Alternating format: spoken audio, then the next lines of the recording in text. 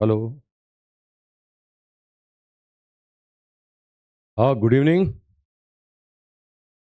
Good evening बच्चों। Good evening. हो गया, लाइव हो गया। हाँ बच्चों, दिखाई सुनाई दे रहा है सब? क्या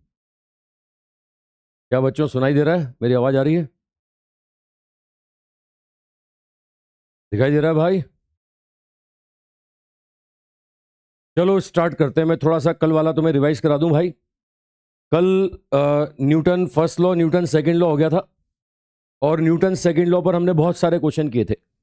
पिछले 2 टर्न से हम न्यूटन लॉ पर ही क्वेश्चन कर रहे हैं। न्यूटन सेकंड लॉ के खूब सारे क्वेश्चन बता दिए मैंने। मैं फिर से रिपीट कर दूं, ये कॉन्सेप्ट कहाँ आता है? जहां भी कोई चेंज होगा तो फोर्स होगा, और फोर्स निकलवाने के लिए न्यूटन सेकंड लॉ ही लगेगा। F बराबर dp upon dt, rate of change in linear momentum.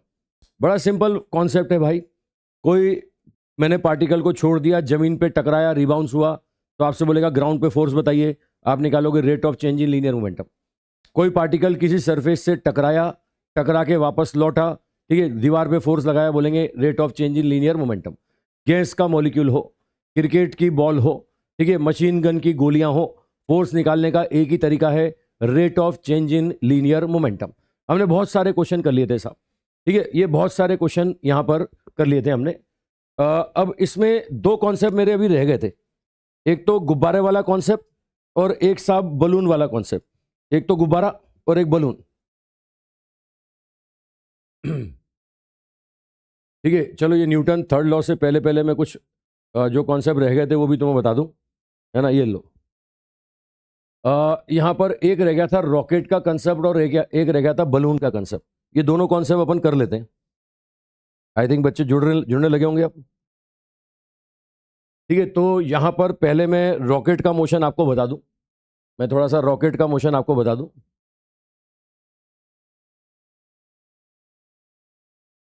ठीक है, ये मोशन ऑफ रॉकेट, ठीक है, ये रॉकेट के मोशन की हम बात करें साहब।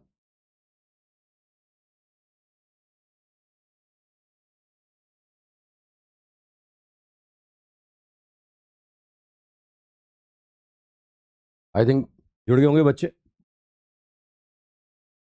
चलो शुरू करें, रॉकेट का मोशन स्टार्ट करें।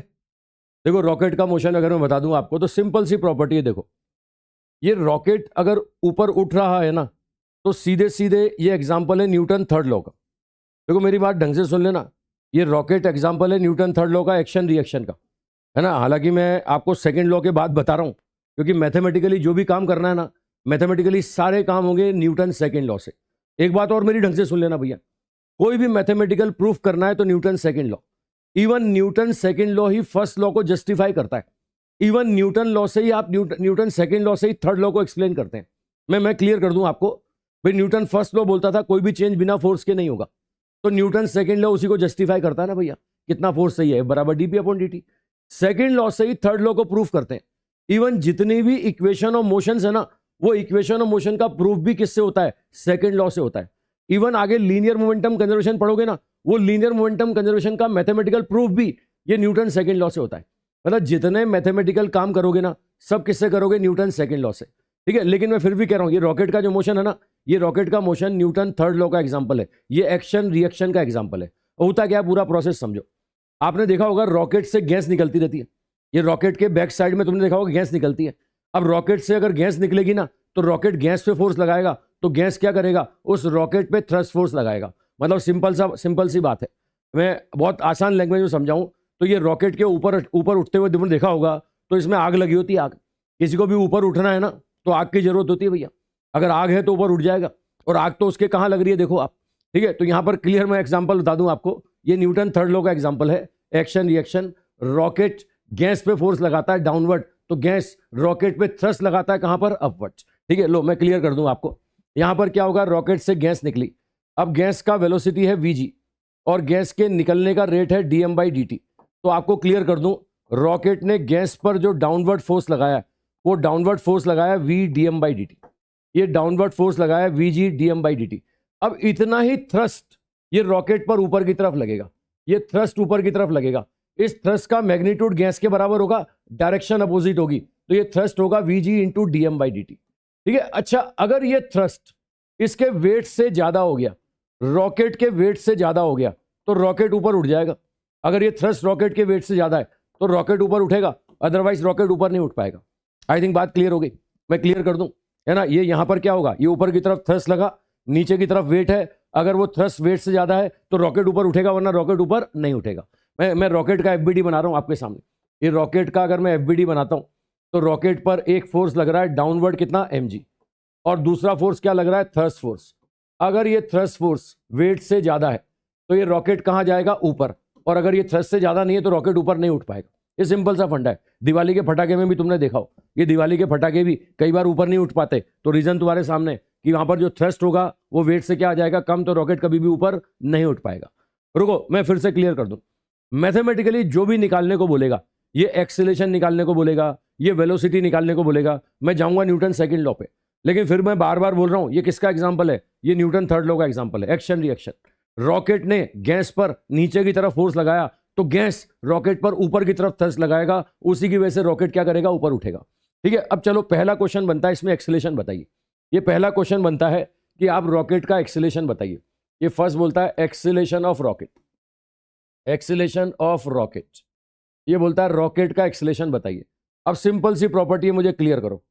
ये थ्रस्ट फोर्स ऊपर लगेगा भाई, ये थ्रस्ट फोर्स कितना लगेगा, ये थ्रस्ट फोर्स लगेगा Vg इंटू dm/dt। अब ये थ्रस्ट फोर्स रॉकेट के वेट से ज्यादा है तो ये रॉकेट कहां उठेगा, ये रॉकेट ऊपर उठ जाएगा। अब ऊपर उठ जाएगा तो इसका एक्सेलेरेशन निकालने को बोल रहा है साहब, ये एक्सेलेरेशन ऑफ रॉकेट। तो मैं फिर से क्लियर कर दूं भाई, जो भी मैथमेटिकल काम करोगे न्यूटन सेकंड लॉ से करोगे ना। और आपको याद होगा मैंने स्टार्टिंग में शुरू में आपको rate of change in linear momentum इससे फॉर्मूले बना के दिए थे। अगर किसी इंस्टेंट पे मास कांस्टेंट है तो फॉर्मूला लगाते थे F बराबर ma, वेलोसिटी कांस्टेंट है और मास बदल रहा है तो फॉर्मूला लगाते थे V dm/dt, और दोनों बदल रहा है तो मैंने फॉर्मूला बताया था, है ना। तो मुझे बताओ, किसी भी एक मूवमेंट पर ये रॉकेट का मास कांस्टेंट होगा। अब किसी एक मूवमेंट पर रॉकेट का मास कांस्टेंट होगा तो न्यूटन क्या बोलेगा, न्यूटन बोलेगा नेट फोर्स बराबर मास इंटू एक्सेलेरेशन, है ना। अब आप बताइए नेट फोर्स क्या है, नेट फोर्स होगा ये ऊपर वाला माइनस नीचे वाला। ये ऊपर क्या है, Vg dm/dt, और नीचे क्या है, नीचे है साहब ये mrg। ये बराबर क्या होगा, ये होगा mr इंटू ar। तो आप देखो रॉकेट का एक्सेलेरेशन कितना आ जाएगा, ये आ जाएगा Vg dm/dt minus mrg divided by कितना होगा, mr। ठीक है, ये रॉकेट का एक्सेलेरेशन निकालना मैंने आपको सिखा दिया। वह सीधे सीधे नेट फोर्स बराबर m इंटू है। न्यूटन रोज आके एक ही बात करेगा, नेट फोर्स बराबर अगर मास कांस्टेंट है तो m इंटू कितना हो जाएगा, a, है ना। रुको, अब मेरी बात एक बात और सुनना साहब, एक कॉन्सेप्ट और ढंग से सुनना। ये क्लियर करो, ये रॉकेट का जो मास है ना, ये कांस्टेंट नहीं है। रॉकेट के मोशन में रॉकेट का मास लगातार बदलता है। मैं क्लियर कर दूं आपको, जब रॉकेट ऊपर जाता है ना तो रॉकेट में जितना मास होता है ना उससे ज्यादा तो फ्यूल होता है, मतलब मैक्सिमम जो मास होता है वो फ्यूल का होता है। आपको मैं क्लियर करूं, रॉकेट में सबसे ऊपर होता है साहब पायलट केबिन, उसके ऊपर वो केबिन होते हैं सेटेलाइट वेटलाइट जिनको वो छोड़ने जाता है ऊपर, उसके नीचे फ्यूल के चैम्बर्स होते हैं, फ्यूल के चैम्बर्स। सबसे पहले क्या होता है, सबसे नीचे वाले फ्यूल का चैम्बर बर्न होता है ना, तो वो ऊपर उठता है रॉकेट। उसके बाद जब वो खत्म हो जाता है तो उसको छोड़ देते हैं।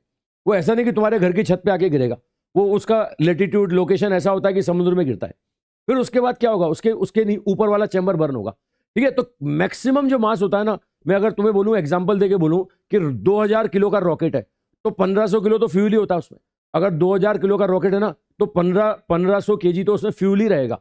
ओवरऑल मतलब की बात में आए, मुझे बताओ यहां पर अगर रॉकेट ऊपर जा रहा है, फ्यूल बर्न हो रहा है, तो रॉकेट का मास कांस्टेंट है कि बदल रहा है? ये रॉकेट का मास लगातार बदल रहा है, रॉकेट का मास लगातार बदलेगा। तो यहां क्या लेना है आपको, जिस मूवमेंट पे एक्सेलेरेशन पूछे ना उस मूवमेंट का मास लेना है आपको। अगर ये बोलता है इनिशियल एक्सेलेरेशन बताइए तो ये इनिशियल मास लेना है। ये बोलता है टी टाइम का एक्सेलेरेशन बताइए तो भैया टी टाइम का मास लेना है। मैं क्लियर कर देता हूं आपको, यहां पर अगर एक्सेलेरेशन बोलता है एट टाइम टी तो ये रॉकेट का मास भी कब का लेना है, ये टी टाइम का। ये बोलता है इनिशियल एक्सेलेरेशन बताओ तो मास भी कौन सा लोगे, ये मास भी इनिशियल लोगे। आई थिंक पॉइंट क्लियर हो गया सबको। ये जिस इंस्टेंट का पूछे उस इंस्टेंट का मास लेना। अगर टी टाइम का पूछता है तो टी टाइम का लीजिए, इनिशियल बोलता है तो इनिशियल लीजिए। आई थिंक पहला वाला क्लियर हो गया सबको, ठीक है। और मैं क्लियर कर दूं, ये शुरू में ही थ्रस्ट लगता है भैया। ये रॉकेट क्या होता है, जब अर्थ के सराउंडिंग से बाहर निकलता है ना तो पहले मीडियम का रेजिस्टेंस होता है, या मीडियम है, मीडियम से बाहर निकलने में बहुत जबरदस्त फोर्स की जरूरत पड़ती है। और साथ में अर्थ की सरफेस के आसपास ग्रेविटी भी ज़्यादा होती है, और अगर ग्रेविटी ज़्यादा होगी तो उससे बाहर निकालने के लिए थ्रस्ट ज़्यादा लगाना पड़ेगा ना साहब। ठीक है, तो शुरू में बहुत ज़्यादा थ्रस्ट की जरूरत पड़ती है, बाद में जब वैक्यूम में पहुंच जाता है तो थ्रस्ट की जरूरत कम पड़ती है, और ऊपर जाने पर थोड़ी थोड़ी ग्रेविटी भी कम होती जाती है। ठीक है, चलो और बताऊं मैं आपको। ठीक है, दूसरा बोलता है साहब, ये यहां पर एक्सेलेरेशन पूछा ना, दूसरा बोलता है साहब, ये बोलता है रॉकेट जा रहा है कांस्टेंट वेलोसिटी से, वेलोसिटी ऑफ रॉकेट ये कांस्टेंट है। अब मुझे बात क्लियर करो, अगर वेलोसिटी कांस्टेंट है तो रॉकेट का एक्सेलेरेशन जीरो होगा ना साहब। अगर वेलोसिटी कांस्टेंट है तो रॉकेट का एक्सेलेरेशन जीरो होगा, और रॉकेट का एक्सेलेरेशन जीरो होगा तो सीधी सी बात है नेट फोर्स जीरो होगा, है ना। नेट फोर्स जीरो होगा तो आप बोल सकते हो ऊपर वाला फोर्स बराबर क्या होगा, नीचे वाला फोर्स। मतलब कांस्टेंट वेलोसिटी का कंडीशन क्या बन गया, ये बन गया v g d m by d t बराबर क्या, v g d m by d t बराबर एम आर इंटू जी। ये भैया रॉकेट के लिए कांस्टेंट वेलोसिटी का कंडीशन बन गया, है ना, ये कांस्टेंट वेलोसिटी का कंडीशन बन गया। ठीक है, ये ऊपर वाला फोर्स बराबर नीचे वाला फोर्स, ये ऊपर होगा v g d m by d t बराबर क्या होगा, एम आर इंटू जी। कौन से वाला की आई थिंक पकड़ में आ गया सब। ठीक है, ये सिंपल सा प्रॉपर्टी बता रहा हूं मैं। चलो लिख लो, नोट करते रहो, साथ साथ नोट करते रहो। आई थिंक प्रॉपर टाइम दे रहा हूं मैं, बराबर समय दे रहा हूं पूरा नोट करने का।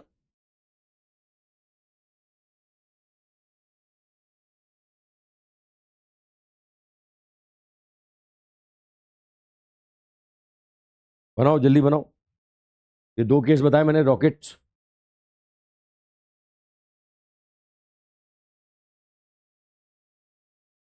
ठीक है, अगर कांस्टेंट वेलोसिटी है ये प्रॉपर्टी लगाओ, और एक्सेलेरेशन पूछे तो ये लगाओ। चलो मैं क्वेश्चन देता हूं, मैं क्वेश्चन देता हूं आपको। बना लिया सबने, बन गया भाई। ठीक है, बच्चा पूछ रहा है कौन सी स्लाइड है, बस रॉकेट का मोशन बताया, एक स्लाइड ये थी और दूसरी स्लाइड ये है। ठीक है, एक्सेलेरेशन बताया और वेलोसिटी बताई। क्वेश्चन दे दूं, चलो क्वेश्चन दे रहा हूं मैं, रॉकेट का एक क्वेश्चन दे रहा हूं। ठीक है, ये क्वेश्चन दे रहा हूं साहब, रॉकेट है, इनिशियल मास ऑफ रॉकेट दे रहा है आपको 2000 किलो, 2000 केजी इनिशियल मास है। इस रॉकेट से जो गैस निकल रही है ना, वो गैस का वेलोसिटी दिया हुआ है 1 किलोमीटर पर सेकेंड, और गैस किस रेट से निकल रही है, ये डीएम बाई डी टी जो रेट दे रहा है ना, ये दे रहा है साहब 100 केजी पर सेकेंड। ठीक है, ये 100 केजी पर सेकेंड, ये 100 केजी पर सेकेंड से ये v g velocity of gas, d m by d t किस रेट से गैस निकलती है वो, ये आपको दिया हुआ है। अब आपसे बोल रहा है साहब एक तो बताइए इनिशियल एक्सेलेरेशन ऑफ रॉकेट्स, ये बोल रहा है इनिशियल एक्सेलेरेशन ऑफ रॉकेट्स। ठीक है, दूसरा बोल रहा है acceleration at t equal to 10 second, acceleration at t equal to 10 second. बताइए साहब, दो क्वेश्चन पूछे मैंने। ठीक है, वीजी का मतलब वेलोसिटी ऑफ गैसेस, ठीक है, वेलोसिटी ऑफ गैसेस जो एग्जॉस्ट गैस निकलती है उनका वेलोसिटी, और डीएम बाई डी टी क्या है, मास कंबशन रेट या मास एग्जॉस्ट रेट, किस रेट से गैस निकल रही है ना। कुछ बच्चे देर से जुड़े होंगे इसलिए मैं रिपीट कर रहा हूँ, बाकी बच्चे ये क्वेश्चन करते रहें। ठीक है, क्या होता है, ये एक्शन रिएक्शन का एग्जाम्पल है, न्यूटन थर्ड लॉ का एग्जाम्पल है। रॉकेट से गैस निकलता है तो रॉकेट गैस पर नीचे फोर्स लगाता है, तो गैस रॉकेट पर कहाँ फोर्स लगाता है, ऊपर। उसी के थ्रस्ट की वजह से रॉकेट ऊपर उठता है। वो थ्रस्ट अगर रॉकेट के वेट से ज़्यादा हो तो रॉकेट ऊपर उठ जाएगा, और नहीं तो नहीं उठ पाएगा। अब ऊपर की तरफ थ्रस्ट है वो होगा v g d m by d t, है ना, और नीचे की तरफ वेट होगा एम जी। तो एक्सेलेरेशन निकालने का कॉन्सेप्ट मैंने अभी सिखाया था आपको, और डिफरेंस बताया था मैंने कि भैया इनिशियल बोले तो इनिशियल मास लेना, टी टाइम पे बोले तो टी टाइम का मास लेना। चलो चेक करते हैं भाई, चेक करते हैं। ठीक है, ये पहला पहला अगर बोल रहा है रॉकेट का इनिशियल एक्सेलेरेशन बताइए, तो आप क्या लेंगे। ये यहां पर मैंने अभी भी पिछली स्लाइड में दिखाया था आपको, ये लास्ट स्लाइड में दिखाया था, ये v g into d m by d t. तो ये क्या लोगे, ये इनिशियल मास लोगे, और अगर 10 सेकंड पे बोलता है तो 10 सेकंड का मास लोगे। ठीक है, ये लो आ जाओ भाई, यहां से सिंपल, ये ऊपर की तरफ का फोर्स है v g into d m by d t, minus rocket का क्या लोगे, initial mass into g, divided by rocket का इनिशियल मास। अब सॉल्व करो भाई, ये वीजी कितना दिया हुआ है, वीजी दिया हुआ है ये 1 किलोमीटर पर सेकेंड, मतलब इसको क्या बोल दूं, इसको 1000 बोल दूं, 1000 मीटर पर सेकेंड, ये 1000 मीटर पर सेकेंड।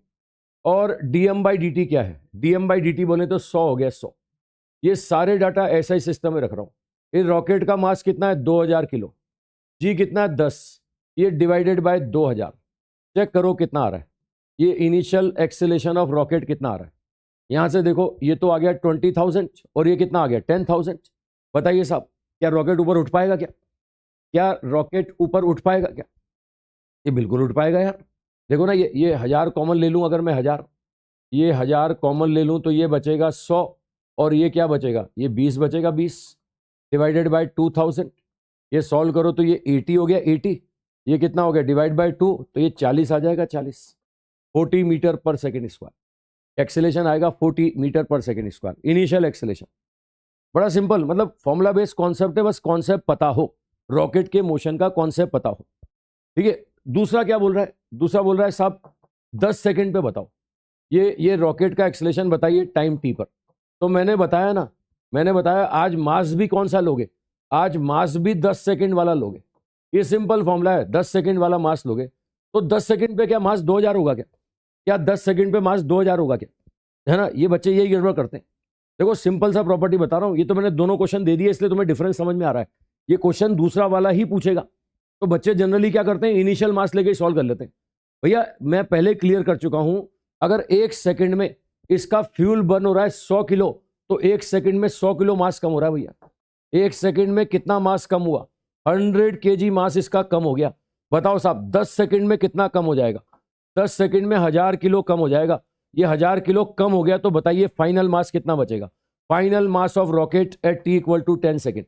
ये t इक्वल टू 10 सेकेंड पर पहले 2000 था, 1000 कम हो गया तो 1000 बचेगा ना यार। ये 1000 kg लेकर के सॉल्व करना है, मतलब आंसर आपको निकालना है 1000 kg से। ये 1000 kg से आंसर निकालना है, करो सॉल्व। वीजी कितना है साहब? वीजी वही 1000। ये dm/dt कितना है 100, लेकिन आज रॉकेट का मास कितना हो गया 1000, जी कितना 10 डिवाइडेड बाय 1000। अब सॉल्व करो, अब सॉल्व करो कितना आता है साहब, अब सिंप्लीफाई कीजिए कितना आ रहा है। ठीक है, मतलब ये डिफरेंस ध्यान रखना, मैंने 2 क्वेश्चन एक साथ जान के कराए, वहां 2 नहीं आएंगे, वहां दूसरा वाला ही आएगा, ये मान के चलो, है ना। तो जनरली बच्चे गलती क्या करते हैं, इनिशियल वाला मास लेके सॉल्व कर लेते हैं।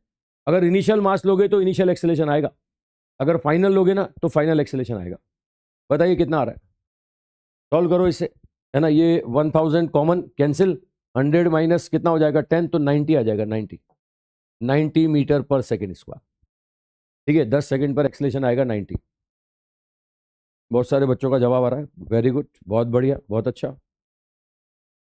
तो आई थिंक मेरे साथ साथ कर रहे हैं बच्चे, मेरे साथ साथ बच्चे कर पा रहे हैं भाई। ठीक है, बच्चा फिर पूछ रहा है कि कैसे पता लगेगा 1000 लें कि 2000 लें। मैं रिपीट कर रहा हूँ, सुन लो। रॉकेट में मैक्सिमम जो मास होता है ना, वो फ्यूल का ही होता है। ये 1 सेकंड में 100 किलो फ्यूल बर्न हो गया, तो 1 सेकंड में 100 किलो मास कम हो गया। अब आंसर इनिशियल मान रहा है, तो इनिशियली मास कितना था 2000, लेकिन ये बोलता है 10 सेकंड पे आंसर बोलो, तो 10 सेकंड में 1000 किलो कम हो गया, 1000 किलो कम हो गया, तो फाइनल मास कितना बचा 1000, इसलिए 1000 लेके सॉल्व करना पड़ेगा। आई थिंक प्रॉपर्टी क्लियर होगी सबको। चलो एक क्वेश्चन और दे रहा हूं मैं, एक क्वेश्चन इस रॉकेट पर मैं और दे रहा हूं, एक क्वेश्चन और लो। आपसे बोल रहा है रॉकेट है, रॉकेट ऊपर जा रहा है कांस्टेंट वेलोसिटी से, है ना। ये ऊपर जा रहा है, रॉकेट जा रहा है अपवर्ड्स, वेलोसिटी दे रखी है कांस्टेंट, कांस्टेंट दे रखा है। इससे जो गैसेस निकल रही है, गैसेस, इन गैसेस का वेलोसिटी दे रहा है आपको 1 किलोमीटर पर सेकेंड। ये गैसेस का वेलोसिटी आपको गिवन है 1 किलोमीटर पर सेकेंड। किसी मूवमेंट पर इस रॉकेट का मास दिया हुआ है, ये मास ऑफ रॉकेट आपको दे रहा है 1000 किलो, 1000 किलो। ठीक है, आपसे बोल रहा है dm/dt बताइए सर, dm/dt बताइए। अगर रॉकेट कांस्टेंट वेलोसिटी से ऊपर जा रहा है तो dm/dt बताइए। अगर रॉकेट कांस्टेंट वेलोसिटी से जा रहा है तो dm/dt बताइए। आज रॉकेट का वेलोसिटी कांस्टेंट है।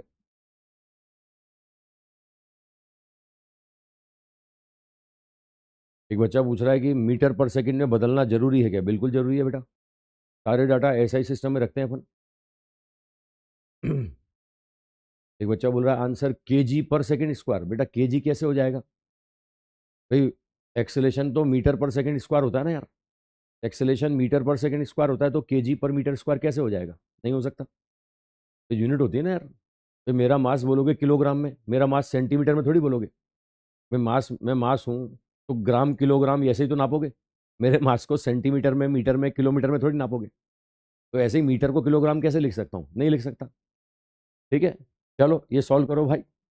तो अभी मैंने कांस्टेंट वेलोसिटी का कंडीशन बताया था। कांस्टेंट वेलोसिटी का कंडीशन नेट फोर्स 0, तो ऊपर वाला बराबर नीचे वाला, ये ऊपर वाला फोर्स बराबर नीचे वाला फोर्स। तो यहां से देखो, यहां से dm/dt का वैल्यू कितना आ जाएगा? ये आ जाएगा mr into g divided by v जी।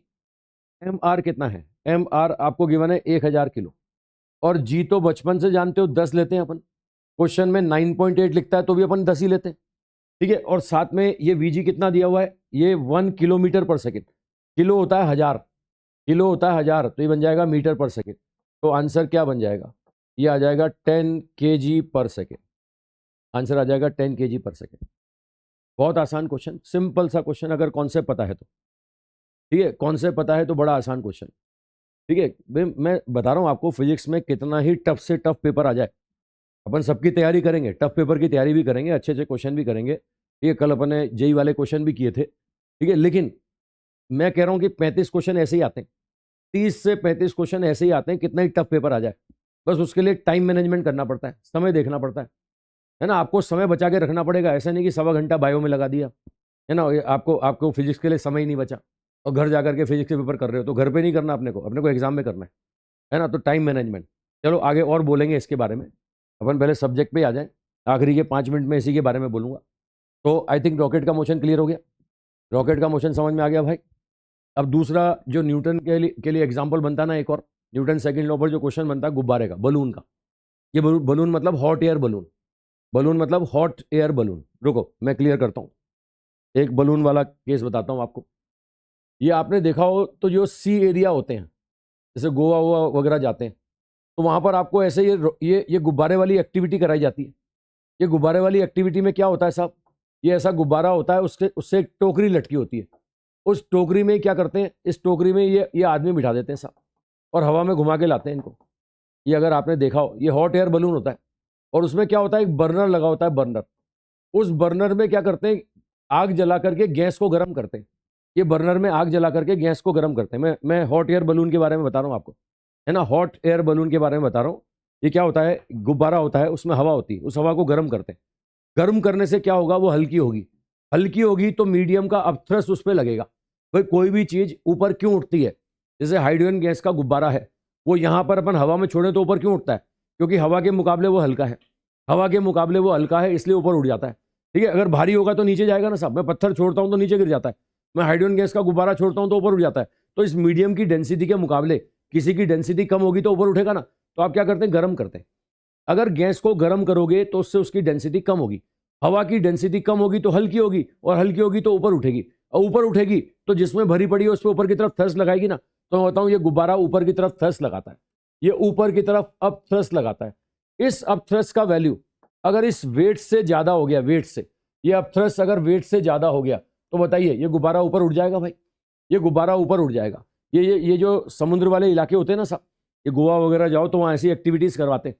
मैं भी गया था एक बार गोवा, ठीक है मैंने भी वहाँ पे एक्टिविटी करी थी, तो उसमें मैंने बाकायदा ऑब्जर्व किया था, बाकायदा उसमें देखा था। होता क्या है मैं आपको बताऊं, नॉर्मली जब अंदर घुसते हैं ना तो वो लाइफ जैकेट वगैरह पहनाते हैं, लाइफ जैकेट वगैरह आपको पहनाएंगे, और उसमें क्या होता है, ऊपर घुमा के लाते हैं। मैं पूरा प्रोसेस आपको बताऊं, मैंने जो बताया आपको एग्जांपल, इसमें क्या होता है, अंदर एक बर्नर लगा होता है। उस बर्नर में शुरू में क्या करते हैं, वो गैस की नॉब को खोल देते हैं। वो गैस की नॉब को खोलेंगे तो बहुत ज़्यादा हीट जनरेट होगी, उसकी वजह से क्या होगा, उसकी वजह से हवा की डेंसिटी कम होगी, कम होगी तो ऊपर की तरफ अपथ्रस्ट लगेगा, वो इस गुब्बारे को ऊपर उठाएगा। तो शुरू में गुब्बारे को ऊपर उठाना होता है, फिर ऊपर जब हवा में जाता है ना तो उसकी नॉब को कांस्टेंट कर देते हैं, फिर बढ़ाना बंद कर देते हैं, मतलब ऊपर की तरफ अपथ्रस्ट फोर्स को कांस्टेंट कर देते हैं। भाई गुब्बारे को लेके तुम्हें हवा में घूमना है, चांद पे नहीं जाना, ये रॉकेट नहीं बनाना तुम्हें, है ना। अच्छा, और काम की बात सुन लो, ये चांद पे जा भी नहीं सकता, गुब्बारा चांद पे जा भी नहीं सकता, चांद पे रॉकेट ही जाएगा, है ना। मैं क्लियर कर दूं आपको, रॉकेट काम करता है एक्शन रिएक्शन से, न्यूटन थर्ड लॉ से। गुब्बारा काम करता है मीडियम के अपथ्रस्ट फोर्स की वजह से, और मीडियम होना जरूरी है, इसके मोशन के लिए मीडियम होना जरूरी है ना। ये वैक्यूम में काम नहीं करेगा, इसको लेके चांद पे नहीं जा सकते। ऐसा नहीं कि मैंने गुब्बारे में 25-30 सिलेंडर भर लिए, बोले चांद पे घूम के आता हूं। ये इसके लिए मीडियम जरूरी है, ये वैक्यूम में ट्रेवल नहीं कर सकता। चांद पे जाने के लिए रॉकेट ही यूज करना पड़ेगा, ये गुब्बारे से तुम मीडियम में ही घूम पाते हो। अब मैं बताऊं, मैं जब गया था तो जनरली घुसने से पहले थोड़ी फिजिक्स जाग जाती है साहब। कहीं भी जाते हैं तो थोड़ा फिजिक्स के हिसाब से सोचते हैं। तो वहाँ मैंने गैस का सिलेंडर देखा उसका। गैस का सिलेंडर अपने जो घरों में काम में लेते हैं ना, सिंपल वाला। सिंपल एक तो होता है ना ऑक्सीजन सिलेंडर जो हॉस्पिटल में होता है लंबा वाला, तुमने देखा हो। और एक होता है अपने घर पे काम में लेते हैं वो लाल वाला छोटा सिलेंडर। वो छोटा छोटा सिलेंडर उसने वहाँ लगा रखा था गैस का। घुसने से पहले मैंने उससे पूछा कि भैया ये कितना काम करता है। उसने कहा 2 चक्कर काम करता है। घुसने से पहले मैंने क्लियर किया, मैंने कहा यार ऊपर जा रहा हूँ जानकारी लेके जाऊँ। बोले 2 चक्कर काम करता है।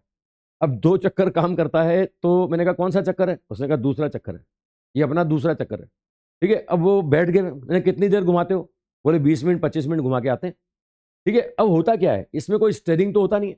ये तो हवा हवा के भरोसे होता है ना, हवा चलेगी तो उड़ता रहेगा भैया। ये हवा चलेगी तो हवा के सारे एक दिशा से दूसरी दिशा में हवा में चलता रहेगा। और कोई स्टेयरिंग होता नहीं है इसमें कि आप स्टेयरिंग मोड़ लो इसमें। ये बेचारे क्या करते हैं, रस्से पे लटक लटक करके डायरेक्शन को चेंज करते हैं। जो ऊपर जाते हैं ना गुब्बारे में, तो इनको डायरेक्शन चेंज करनी होती है, तो रस्से पे लटकते हैं और डायरेक्शन को चेंज करते हैं। ठीक है, मतलब वही action reaction, Newton third law है ना। एक तरफ जाना है तो दूसरी तरफ फोर्स लगाओ, गुब्बारा दूसरी तरफ डाइवर्ट हो जाएगा। ठीक है, तो शुरू शुरू में क्या करते हैं, वो गैस की नॉब को फुल खोल देते हैं। गैस की नॉब को फुल खोलेंगे तो ऊपर की तरफ अपथ्रस्ट फोर्स बढ़ जाएगा। ऊपर की तरफ अपथ्रस्ट बढ़ेगा ना, तो वो अपथ्रस्ट अगर वेट से ज्यादा होगा तो गुब्बारा ऊपर उठने लगेगा, गुब्बारा ऊपर उठेगा। फिर क्या होता है, नॉब को कांस्टेंट कर देते हैं, है ना। बंद नहीं करते। बंद किया तो मालूम पड़ा अपथ्रस्ट फोर्स खत्म हो गया तो गुब्बारा नीचे फ्री फॉल हो गया, है ना। यहाँ पर नॉब को कांस्टेंट कर देते हैं, वो गुब्बारा हवा से इधर उधर तैरता रहता है, वो लोग उसमें एंजॉय करते रहते हैं, है ना। अब मैं जब गोवा गया था तो मुझे किसी ने बोला कि ऊपर कैमरा लेके मत जाना, क्योंकि आप फोटो खींचने की कोशिश करोगे, किसी का हाथ लग गया तो समुद्र में गिर जाएगा। अब वो समझ रहे हो कि बोलने वाला कौन होगा, बोलने वाले मेरे घर वाले ही होंगे। ठीक है, अब क्या हुआ, वो मैंने उससे पूछी, जानकारी ले ली, पूरी जानकारी इकट्ठी कर ली कि भैया ये 20-25 मिनट का सिलेंडर है, दूसरा चक्कर है, 25 मिनट में हमें उतर के नीचे आना है। ठीक है, अच्छा जाते समय लाइफ जैकेट पहनाते हैं, वो लाइफ जैकेट भी टूटी फूटी थी, मैंने नहीं पहनी, है ना। अब ऊपर चले गए, जब ऊपर चले गए ना तो समुद्र, हवा चल रही थी समुद्र की तरफ, हवा समुद्र की तरफ, वो गुब्बारा कहाँ बह गया, समुद्र की तरफ बह गया। अब गुब्बारा समुद्र की तरफ बह गया तो शुरू में लोग एंजॉय कर रहे हैं यार, समुद्र देख रहे हैं, नीचे डॉल्फिन देख रहे हैं, है ना, तट से दूर आ गए। अब बाद में मेरे को लग रहा है यार ये उतारेगा कैसे, हवा तो समुद्र की तरफ है, उतारेगा कैसे। ये तो दिमाग में आ रहा था कि यार इसकी नॉब को कम करेंगे तो धीरे धीरे कहाँ आ जाएगा, नीचे आ जाएगा। ठीक है, अब 15 मिनट के बाद मुझे टेंशन होने लगी कि यार ये तो अपन समुद्र से बहुत दूर आ गए। जो जो तट था अपना अपना जो बीच था, उस बीच से बहुत दूर आ गए, समुद्र के अंदर आगे आ चुके हैं। और अब उतारेगा तो समुद्र में उतारेगा भाई। वो रस्से पे लटक लटक के भाई ने डायरेक्शन को चेंज किया। अब डायरेक्शन को चेंज करके बड़ी मुश्किल से 35 मिनट के बाद गुब्बारा नीचे उतरा है साहब। और जहां से हम चले थे ना वहां नहीं उतरा, कहीं और उतरा है ना। हम इस बीच से चले थे, उधर उधर दूसरे बीच पे जाके गुब्बारा उतरा। अच्छा मैं ऊपर गया तो मेरे पास पैसे वैसे भी नहीं, वो पैसे भी मैं बीच पे छोड़ के गया था, मोबाइल भी लेके नहीं गया था। और वो जिस बीच पे उतरा ना, वो जिस बीच पे उतरा है ना, वहां से टैक्सी करके इस वाले बीच पे आया। अच्छा रास्ते में टैक्सी वाले को नहीं बताया कि पैसे नहीं है भाई मेरे पास, वहीं जाकर के मैंने वहीं जाकर के बताया भैया पैसे अंदर से लेके आता हूँ। अब अच्छा अंदर मेरे बीवी बच्चे परेशान हो रहे। हाँ गोवा मतलब अपनी फैमिली के साथ ही गया था मैं, है ना। तो वो अंदर मेरे बीवी बच्चे परेशान हो रहे, वो मुझे ढूंढ रहे। अच्छा ऐसा कोई सिस्टम होता नहीं कि मेले की तरह अनाउंसमेंट करा दो कि फलाने की बीवी गुम गई, बच्चे गुम गए, ढूंढ के लाओ, यहाँ पे खड़ा है। अब मैं उनको ढूंढ रहा हूँ, वो मुझे ढूंढ रहे, है ना। मैं उन्हें ढूंढ रहा हूँ, मुझे ढूंढ रहे। अब अंदर ढूंढा जैसे तैसे, वो मेरे बच्चे तो ऐसे मिले मुझसे, ऐसे पता नहीं कहाँ बिछड़ गया था मैं। मतलब उनको लगा कि कहाँ चला गया, समुद्र में उतर गया गुब्बारा, है ना। तो मतलब ये केस सिंपल सुना मैंने। हालांकि अब मुझे लग रहा है कि तुम्हें ज़्यादा इंटरेस्ट आ रहा होगा इस कहानी में, है ना। मैं इतने दिनों से पढ़ाया जा रहा था, तुम पीछे से कमेंट करते थे, मैं इग्नोर करता था, है ना। क्या होता था, वो कमरे में खड़े थे, पहला बड़ा अजीब सा लगता था, किससे बात करूं। ऑफलाइन में सामने बच्चे बैठे होते हैं, उनका रेस्पॉन्स दिख जाता है, उनसे बातचीत हो जाती है। चलो अब तुम्हें इस कैमरे को ही मैं मान के चलूंगा, तुम उधर बैठे हो और मुझे सुन रहे हो। हालांकि कॉन्सेप्ट में बढ़िया समझा रहा था, कॉन्सेप्ट तुम्हें फिजिक्स में समझ में आ रहे होंगे। थोड़ा सा कनेक्ट करने के लिए मैंने ये थोड़ी बातचीत करनी शुरू करी है, थोड़ा कनेक्ट करने के लिए बातचीत करनी शुरू करी है।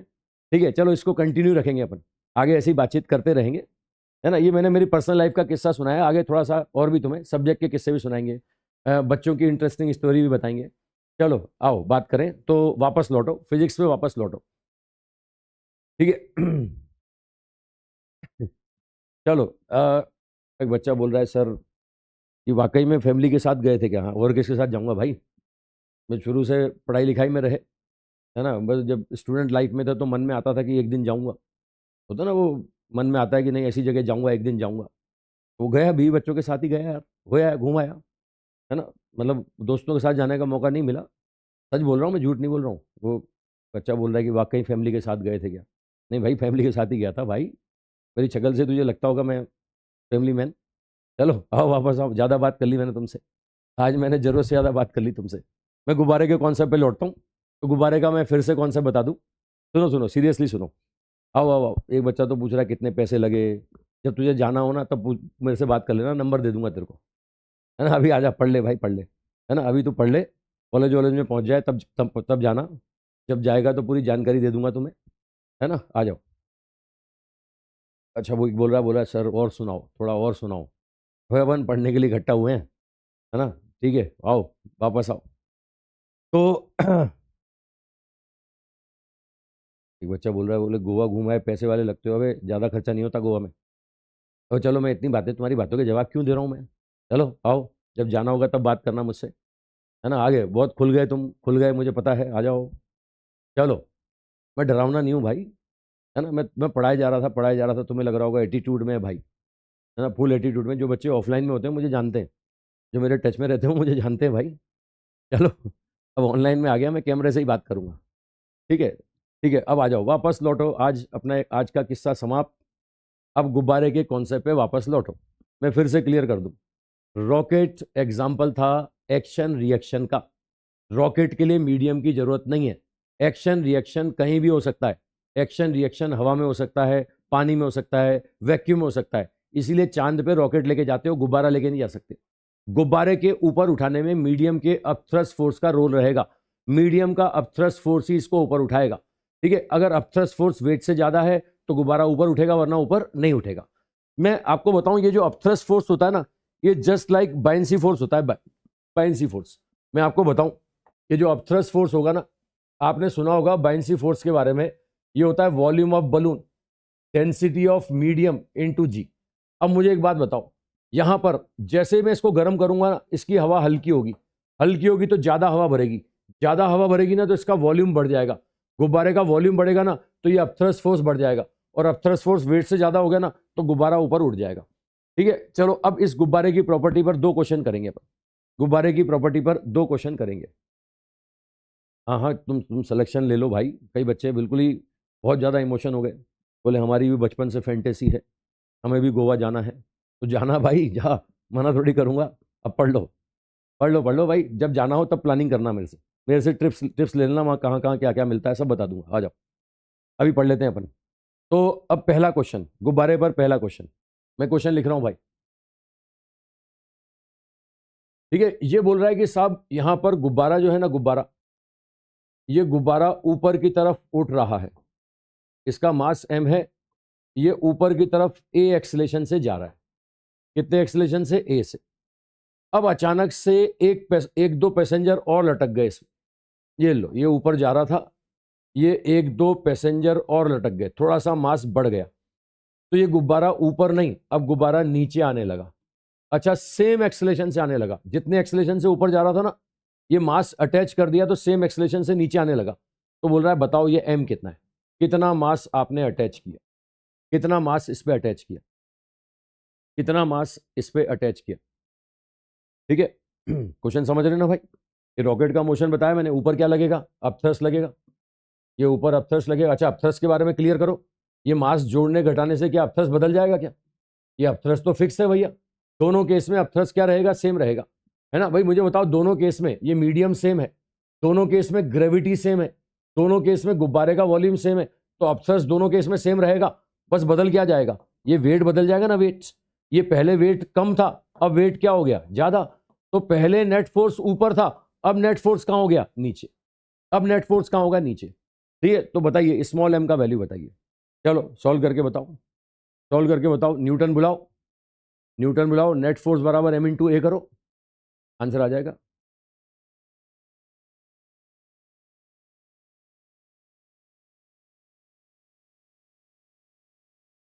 बच्चे आंसर देने लगे, वेरी गुड। कई बच्चे बहुत सीरियस हैं भाई, मेरा सीरियस मूड बच्चे बहुत पसंद करते हैं यार, आंसर देते हैं दमादम दमादम। और कुछ बच्चे जो कमेंट करते थे वो भी आज खुश हो गए, है ना, उनको भी गोवा हुआ का रास्ता दिख गया।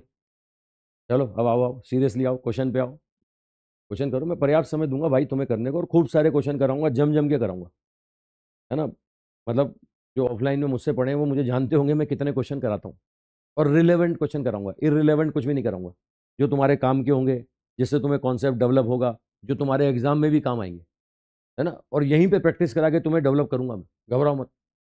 ठीक है, न्यूटन सेकंड लॉ भी देख लिया होगा, 2 टर्न मैंने क्वेश्चन करा दिए, सिर्फ 2 टर्न न्यूटन सेकंड लॉ, आज तीसरा टर्न है न्यूटन सेकंड लॉ पर ही। मतलब एफ बराबर डीपी अपॉन डी पे इतने क्वेश्चन कराए, इतनी वैरायटी कराई मैंने, आगे भी कराऊंगा और जम के कराऊंगा। चलो मैं आ जाऊं। तो ये देखो साहब, यहाँ पर सिंपल आपको न्यूटन बुलाना है। न्यूटन आके क्या बोलेगा? न्यूटन आके एक ही बात बोलता है, बोले नेट फोर्स बराबर एम इंटू ए। यहां भी न्यूटन क्या बोलेगा? नेट फोर्स बराबर एम इंटू ए। यहां भी न्यूटन आके क्या बोलेगा? यहां भी न्यूटन बोलेगा नेट फोर्स बराबर एम इंटू ए।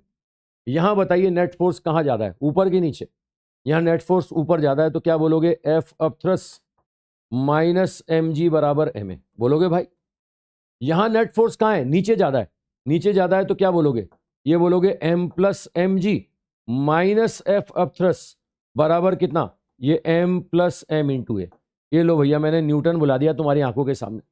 न्यूटन आके एक ही बात बोलता है, नेट फोर्स बराबर एम इंटू ए। ये थ्रस्ट दोनों केस में सेम रहेगा, है ना। अब ये थ्रस्ट उठा के यहां से वहां रख दो, ये थ्रस्ट उठा के यहां से वहां रख दो। यहां से ये एफ अप थ्रस्ट कितना आया? एफ अप थ्रस्ट आ गया एम जी प्लस ए। इसको इक्वेशन 2 में रख दो, ये put in equation 2।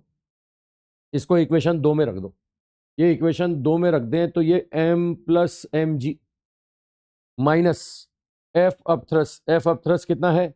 F up thrust है एम जी प्लस ए, बराबर क्या होगा? ये होगा m plus m into a.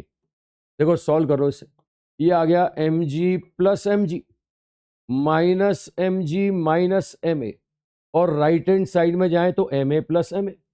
देखो जो कैंसिल हो रहा है कर दो। देखो ये एम जी से एम जी कैंसिल हो गया।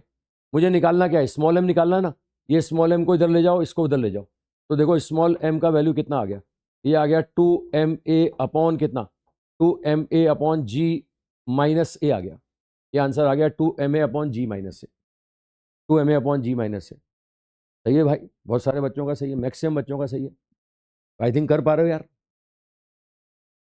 सही है भाई, सही है। वेरी गुड, बहुत अच्छा।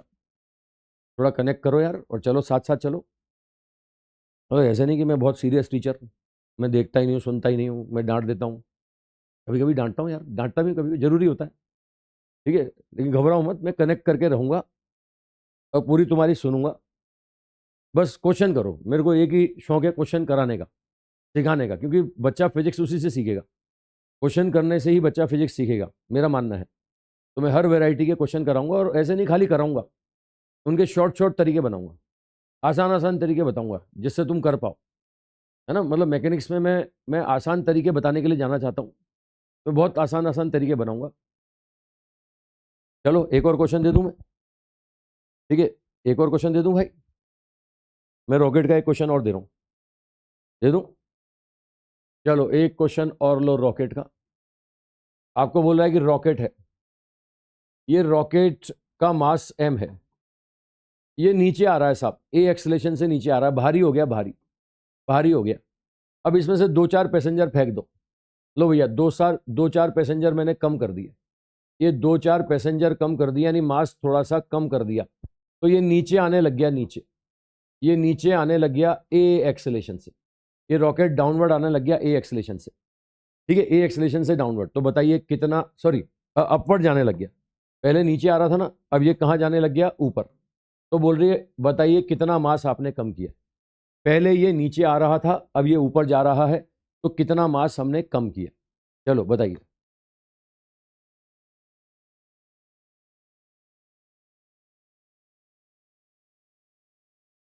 क्या बोल रहा है? ये बताना है कि जो डाटा गिवन होता है उसी की टर्म्स में आंसर निकालते हैं भाई। भाई एक बच्चा बोल रहा है ये बता दो किसकी टर्म्स में आंसर निकालना है। क्वेश्चन में आंसर हमेशा उन्हीं की टर्म्स में निकालना होता है जो डाटा दिया जाता है। क्वेश्चन में डाटा क्या दिख रहा है? एम दिख रहा है ना, ए दिख रहा है, तो इन्हीं की फॉर्म में आंसर चाहिए, इन्हीं की फॉर्म में आंसर चाहिए। बताओ साहब, अपथ्रस्ट जो है, अपथ्रस्ट दोनों केस में सेम होगा कि अलग अलग होगा? ये अपथ्रस्ट दोनों केस में सेम होगा, ये अपथ्रस्ट दोनों केस में आपको सेम मिलेगा, दोनों केस में सेम, लेकिन वेट बदल गया ना, वेट ये वेट बदल गया। इस केस में वेट ज़्यादा था इसलिए नीचे आ रहा था, उस केस में वेट कम हो गया तो ऊपर जाने लग गया। तो यहाँ नेट फोर्स नीचे था, वहाँ नेट फोर्स ऊपर होगा। भाई न्यूटन बुलाओ साहब। न्यूटन आके एक ही बात बोलेगा, नेट फोर्स बराबर m इंटू ए। बताइए आज नेट फोर्स कितना है? ये mg माइनस एफ अपथ्रस बराबर ma, ये होगा भैया। यहाँ नेट फोर्स कहाँ है? यहाँ नेट फोर्स ऊपर है, तो न्यूटन बुलाओ। न्यूटन क्या बोलेगा? नेट फोर्स बराबर m इंटू ए। आज नेट फोर्स ऊपर है तो बोलेंगे एफ अपथ्रस माइनस वेट बराबर क्या होगा? m minus m into a. ये देखो दो इक्वेशन बन गया, दो इक्वेशन। अब इन दो इक्वेशन को सॉल्व कर लो। तुम्हें पता है कि एफ अपथ्रस सेम होगा, ये एफ अपथ्रस उठा के यहाँ रख दो, एफ अपथ्रस उठा के यहाँ रख दो और सॉल्व कर लो। ये एफ अपथ्रस उठा के यहाँ रख दो और सॉल्व कर दो। ठीक है, अब देखो सॉल्व करता हूं मैं तो क्या आंसर बनेगा? ये एफ अपथ्रस का वैल्यू आ रहा है साहब एम जी माइनस से, एफ अपथ्रस आ रहा है एम जी माइनस से। ये माइनस में क्या मिलेगा? M minus m into g बराबर क्या होगा? ये होगा m minus m into a. Solve करो इसे, जो कैंसिल होता है कर दो। ये m g minus m a, ये m g plus m g बराबर ये m a minus m a. देखो कैंसिल हो गया, ये एम जी कैंसिल हो गया है ना। यहाँ से सॉल्व करोगे एम ए उधर ले जाओगे 2 ma हो जाएगा है ना। स्मॉल m निकालना इधर ले आओ, तो स्मॉल m का वैल्यू 2ma डिवाइडेड बाय, आज आंसर आ गया g प्लस ए। ये आंसर g प्लस ए आ गया, 2ma upon g plus a. I think आ रहा है, बहुत सारे बच्चों का आ रहा है, तो कर लोगे भाई। आई थिंक बच्चे आज कनेक्ट कर पा रहे हैं, साथ साथ नोट भी कर पा रहे हैं, कनेक्ट भी कर पा रहे हैं। हो गया साहब?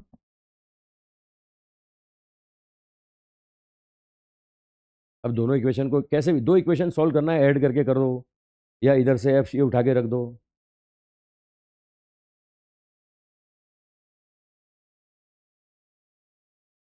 बच्चा पूछ रहा है कि एफ अपथ्रस सेम कैसे होगा। मैंने बताया था ना एफ अपथ्रस क्या होता है, ये होता है volume of balloon density of medium into g. मुझे बताओ दोनों गुब्बारे एक ही जगह उड़ रहे हैं ना, एक ही जगह उड़ रहे हैं तो डेंसिटी ऑफ मीडियम सेम होगा, जी सेम होगा। क्या गुब्बारे का वॉल्यूम बदल दिया क्या? ये वॉल्यूम नहीं बदला, इसलिए अपथ्रस फोर्स क्या होगा? सेम होगा है ना। गुब्बारे में छेद थोड़ी कर दिया, अपथ्रस फोर्स क्या रहेगा? सेम रहेगा। तो गुब्बारा और रॉकेट हो गया भाई। तो न्यूटन सेकंड लॉ पर मैंने बहुत सारे केस करा दिया आपको। पिछले 2.5 टन से अपन न्यूटन सेकंड लॉ ही किए जा रहे हैं, तो थोड़ा दुनिया में आगे बढ़े भाई है ना, दुनिया में आगे बढ़े। और भी कुछ है तो फर्स्ट लॉ हो गया, सेकंड लॉ हो गया, अब आ जाओ थर्ड लॉ पे आ जाओ। अब आ जाओ साहब Newton third law, Newton third law. सुनो भाई, अब इसको भी सुनो तुम, न्यूटन थर्ड लॉ को भी सुनो। देखो हर एक्शन का रिएक्शन होता है, बराबर होता है, अपोजिट होता है। हर एक्शन का रिएक्शन होगा, बराबर होगा, अपोजिट होगा। सबसे बड़ी चीज मैं क्लियर कर दूं, इसमें कोई टाइम लैग नहीं होगा, इसमें कोई टाइम लैग नहीं होगा। जिस समय एक्शन हुआ ना उसी समय रिएक्शन होगा। ऐसा नहीं कि तुमने किसी को आज कुछ कहा, उसने कल आकर के तुम्हें जवाब दिया तो बोले ये क्या है, बोले रिएक्शन है। ये रिएक्शन नहीं है भैया, एक्शन रिएक्शन में कोई टाइम लैग नहीं होता। जिस समय एक्शन उसी समय रिएक्शन। मैं और बताऊं साहब है ना, ये कहीं भी वार होता है साहब, बोले बोले बोले इराक ने वो इजराइल के ऊपर मिसाइल दाग दी, क्यों? बोले रिएक्शन है। ये रिएक्शन थोड़ी है भैया, ये न्यूटन थर्ड लॉ नहीं है। न्यूज़पेपर छापते हैं, अंग्रेजी न्यूज़पेपर छापते हैं कि बोले पहले इजराइल ने कुछ किया था इसलिए ईरान कुछ कर रहा है, बोले ये एक्शन रिएक्शन है। मैं ये इनको फिजिक्स नहीं आती भैया, इनको फिजिक्स नहीं आती। एक्शन रिएक्शन के बीच में कोई टाइम लैग नहीं होता। जिस समय एक्शन उसी समय रिएक्शन। थोड़े दिनों बाद एक्शन रिएक्शन, ये एक आएगा एक्शन रिएक्शन है, ये एक्शन रिएक्शन नहीं है। किसी ने अभी कुछ किया तुरंत उसी समय जवाब मिला, ये है एक्शन रिएक्शन। तुम बेंच के ऊपर बैठे हुए हो, बेंच पे तुमने फोर्स लगाया तो बेंच ने तुम्हारे ऊपर फोर्स लगाया, बेंच अभी ही लगाएगी, कल थोड़ी लगाएगी भैया। ये थोड़ी कि बोले आज तुम बेंच के ऊपर बैठ के आए थे कल बेंच फोर्स लगाने आएगी, ये एक्शन रिएक्शन नहीं है। एक्शन रिएक्शन में कोई टाइम लैग नहीं होता। तो आई थिंक पहला पॉइंट क्लियर हो गया है ना। हर एक्शन का रिएक्शन होगा, बराबर होगा, अपोजिट होगा, कोई टाइम लैग नहीं होगा। एक और इंपॉर्टेंट पॉइंट सुन लेना है ना, ये मतलब सिंपल सी प्रॉपर्टी बता रहा हूं, ये कोई टाइम लैग नहीं है। और एक्शन रिएक्शन जो चलता है ना, दो अलग अलग बॉडी के बीच में चलता है। एक्शन रिएक्शन चलेगा दो अलग अलग ऑब्जेक्ट के बीच में, एक ही ऑब्जेक्ट पर एक्शन रिएक्शन नहीं होता कि मैं ही मेरे ऊपर ही एक्शन हुआ और मैं ही रिएक्शन दे रहा हूं तो भैया ये तो एक्टिंग कर रहा हूं मैं, एक्टिंग। एक्शन रिएक्शन नहीं है। एक्शन रिएक्शन के लिए दो अलग अलग ऑब्जेक्ट होना जरूरी है। ठीक है, आप बेंच के ऊपर बैठे हुए हैं तो आपने बेंच के ऊपर फोर्स लगाया तो बेंच ने आपको जवाब दिया, तो एक्शन और रिएक्शन के लिए दो अलग अलग ऑब्जेक्ट होना जरूरी है। एक ही ऑब्जेक्ट पर एक्शन रिएक्शन नहीं होगा। आपने टेबल के ऊपर बुक रख दिया तो बुक ने टेबल के ऊपर फोर्स लगाया, बुक के वेट ने टेबल के ऊपर फोर्स लगाया, तो टेबल भी उसको जवाब देगा कहां पर, अपवर्ड्स। तो एक्शन हुआ एक बॉडी पर, रिएक्शन होगा किसी दूसरे बॉडी पर। आई थिंक बात क्लियर हो रही है सब, है ना। मैं क्लियर कर दूं, जैसे मैं बुक वाला एग्जांपल बोलूं, एनसीईआरटी इसके बारे में कुछ बातें करती है, एनसीईआरटी इसके बारे में कुछ बातें करती है और अपने मॉड्यूल में भी इसके बारे में कुछ बातें हैं, सुनना ढंग से। ये अगर मैं एक बुक रख रहा हूं टेबल के ऊपर, है ना, ये मैंने क्या करा, ये मैंने टेबल ले लिया या मैंने ये ग्राउंड ले लिया, ग्राउंड, है ना। तो एक तो ऑब्जेक्ट क्या हो गया, एक तो ऑब्जेक्ट ये मास हो गया और दूसरा ऑब्जेक्ट कौन हो गया, ग्राउंड। ये इसका जो वेट है ना ये डाउनवर्ड लगेगा, तो ये जो ग्राउंड है ना, ग्राउंड, ये ग्राउंड इस पर ऊपर की तरफ फोर्स लगाएगा, ये ग्राउंड इसका जवाब देगा ऊपर की तरफ। हालांकि एक्शन रिएक्शन से क्या बोलोगे, इन दोनों फोर्स का मैग्नीट्यूड बराबर होगा, अपोजिट होगा, लेकिन एक्शन और रिएक्शन एक ही ऑब्जेक्ट पे नहीं है, ये दो अलग अलग ऑब्जेक्ट पर है। अगर ये एक्शन करता है तो ये रिएक्शन देगा, ये एक्शन करता है तो ये रिएक्शन देगा। आई थिंक क्लियर हो गया, दो अलग अलग ऑब्जेक्ट पर नहीं होगा, दो अलग अलग ऑब्जेक्ट पर नहीं होगा। मेरी भावनाएं समझ रहे हो भैया। मैं सिंपल और एग्जांपल दे दूं, ठीक है। अगर मैंने हाथ घुमाया और बीच में आपका गाल आ गया, मैंने हाथ घुमाया और बीच में आपका गाल आ गया, तो ये हाथ ने गाल के ऊपर जो कांटेक्ट किया, जो फोर्स लगाया, जो एक्शन किया, उस एक्शन का तुम्हारे गाल ने तुरंत जवाब दे दिया। एक्शन रिएक्शन पेयर, मतलब जितना हाथ ने गाल पे लगाया उतना गाल पे हाथ ने लगा दिया। फिजिक्स बोलती है मामला खत्म, फिजिक्स बोलती है मामला खत्म, लेकिन मामला खत्म नहीं होता। ये ऐसा गाल और हाथ का कॉम्बिनेशन तुम भी करना चाहोगे, ऐसा गाल और हाथ का कॉम्बिनेशन तुम भी करना चाहोगे, ठीक है। ऐसा नहीं कि तुम अदालत में पहुंच जाओ, जज साहब हमारे सर ने सिखाया था कि हमारे हाथ ने गाल को जितना मारा, गाल ने हाथ को भी उतना ही मारा, बोले मामला वहीं खत्म हो गया। ये मामला तो खत्म हो गया, मैं जज साहब को फिजिक्स सिखा दूंगा, है ना, एक्शन रिएक्शन से समझा दूंगा, ठीक है, लेकिन जज साहब फिर भी तुम्हें सजा देंगे, है ना। क्यों सजा देंगे? क्योंकि वही गाल तुमने क्यों चूज किया, अपना गाल क्यों नहीं चूज किया। मेरी भावनाएं समझ रहे हो भैया, है ना। सिंपल सा प्रॉपर्टी है, एक्शन रिएक्शन के लिए दो अलग अलग ऑब्जेक्ट होने जरूरी है, एक ही ऑब्जेक्ट पर एक्शन रिएक्शन नहीं चलेगा, हालांकि बराबर होगा, अपोजिट होगा। मैं इस एग्जाम्पल में वापस लौटता हूँ, एनसीईआरटी वाले, ये एनसीईआरटी वाले वापस एग्जाम्पल में लौटता हूँ। इस बुक ने टेबल के ऊपर फोर्स लगाया तो टेबल बुक के ऊपर फोर्स लगाएगा। अच्छा, अब यहां पर क्लियर करो, क्या बुक हवा में उड़ जाएगा, क्या बुक हवा में उड़ गया क्या? ये बुक हवा में नहीं उड़ेगा, क्योंकि अगर मैं बुक का एफबीडी बनाता हूं तो बुक पर वेट डाउनवर्ड है और टेबल का रिएक्शन ऊपर की ओर है, वो नेट फोर्स एक दूसरे को कैंसिल कर देगा, ये बुक हवा में नहीं उड़ेगा। मेरी भावनाएं समझ रहे हो ना, ठीक है। चलो मैं क्लियर करूं, ये दो ऑब्जेक्ट एक दूसरे के कॉन्टेक्ट में, ये पहला और दूसरा। अब यहां पर दो लोग अगर एक दूसरे के कांटेक्ट में हैं तो क्या यह जरूरी है दोनों के बीच में कुछ चल रहा है? ठीक है, मेरी बात ढंग से सुनना। दो एक दूसरे के कांटेक्ट में है तो यह जरूरी नहीं है कि उनके बीच में कुछ चल रहा है, किसी को शुरुआत करनी पड़ेगी, है ना। चलो, इसने इसको कोनी मारी, इसने एक्शन किया, उसी समय तुरंत ये जवाब दे देगा, है ना। ये पहले ने दूसरे पर फोर्स लगाया साहब, तो दूसरा तुरंत पहले पे फोर्स लगाएगा। मैं आपको कह रहा हूं इन दोनों फोर्स का डायरेक्शन अपोजिट होगा, लेकिन मैग्नीट्यूड क्या होगा, सेम होगा। ये F12 बराबर क्या होगा, माइनस ऑफ F21, लेकिन मैं कह सकता हूं दोनों का मैग्नीट्यूड क्या होगा, ये दोनों का मैग्नीट्यूड बराबर होगा। ये पहले का दूसरे का फोर्स, दूसरे का पहले पर फोर्स, ये मैग्नीट्यूड बराबर होगा, डायरेक्शन क्या होगी, अपोजिट। लेकिन ऑब्जेक्ट क्या होना चाहिए, सेम होना चाहिए कि अलग अलग होना चाहिए। तो एक्शन रिएक्शन के लिए दो अलग अलग ऑब्जेक्ट होना जरूरी है, ठीक है। वापस से बात को कंक्लूड कर दूं, पहली चीज, एक्शन रिएक्शन पेयर दो अलग अलग ऑब्जेक्ट पे चलेगा, एक ही ऑब्जेक्ट नहीं होगा, दो अलग अलग ऑब्जेक्ट। दूसरा, इसमें कोई टाइम लैग नहीं होगा, जिस समय एक्शन उसी समय रिएक्शन, ठीक है। अच्छा, एक और पॉइंट बता दूं, एक्शन रिएक्शन के लिए कांटेक्ट होना जरूरी नहीं है, ये दूर दूर से भी चलता है भैया।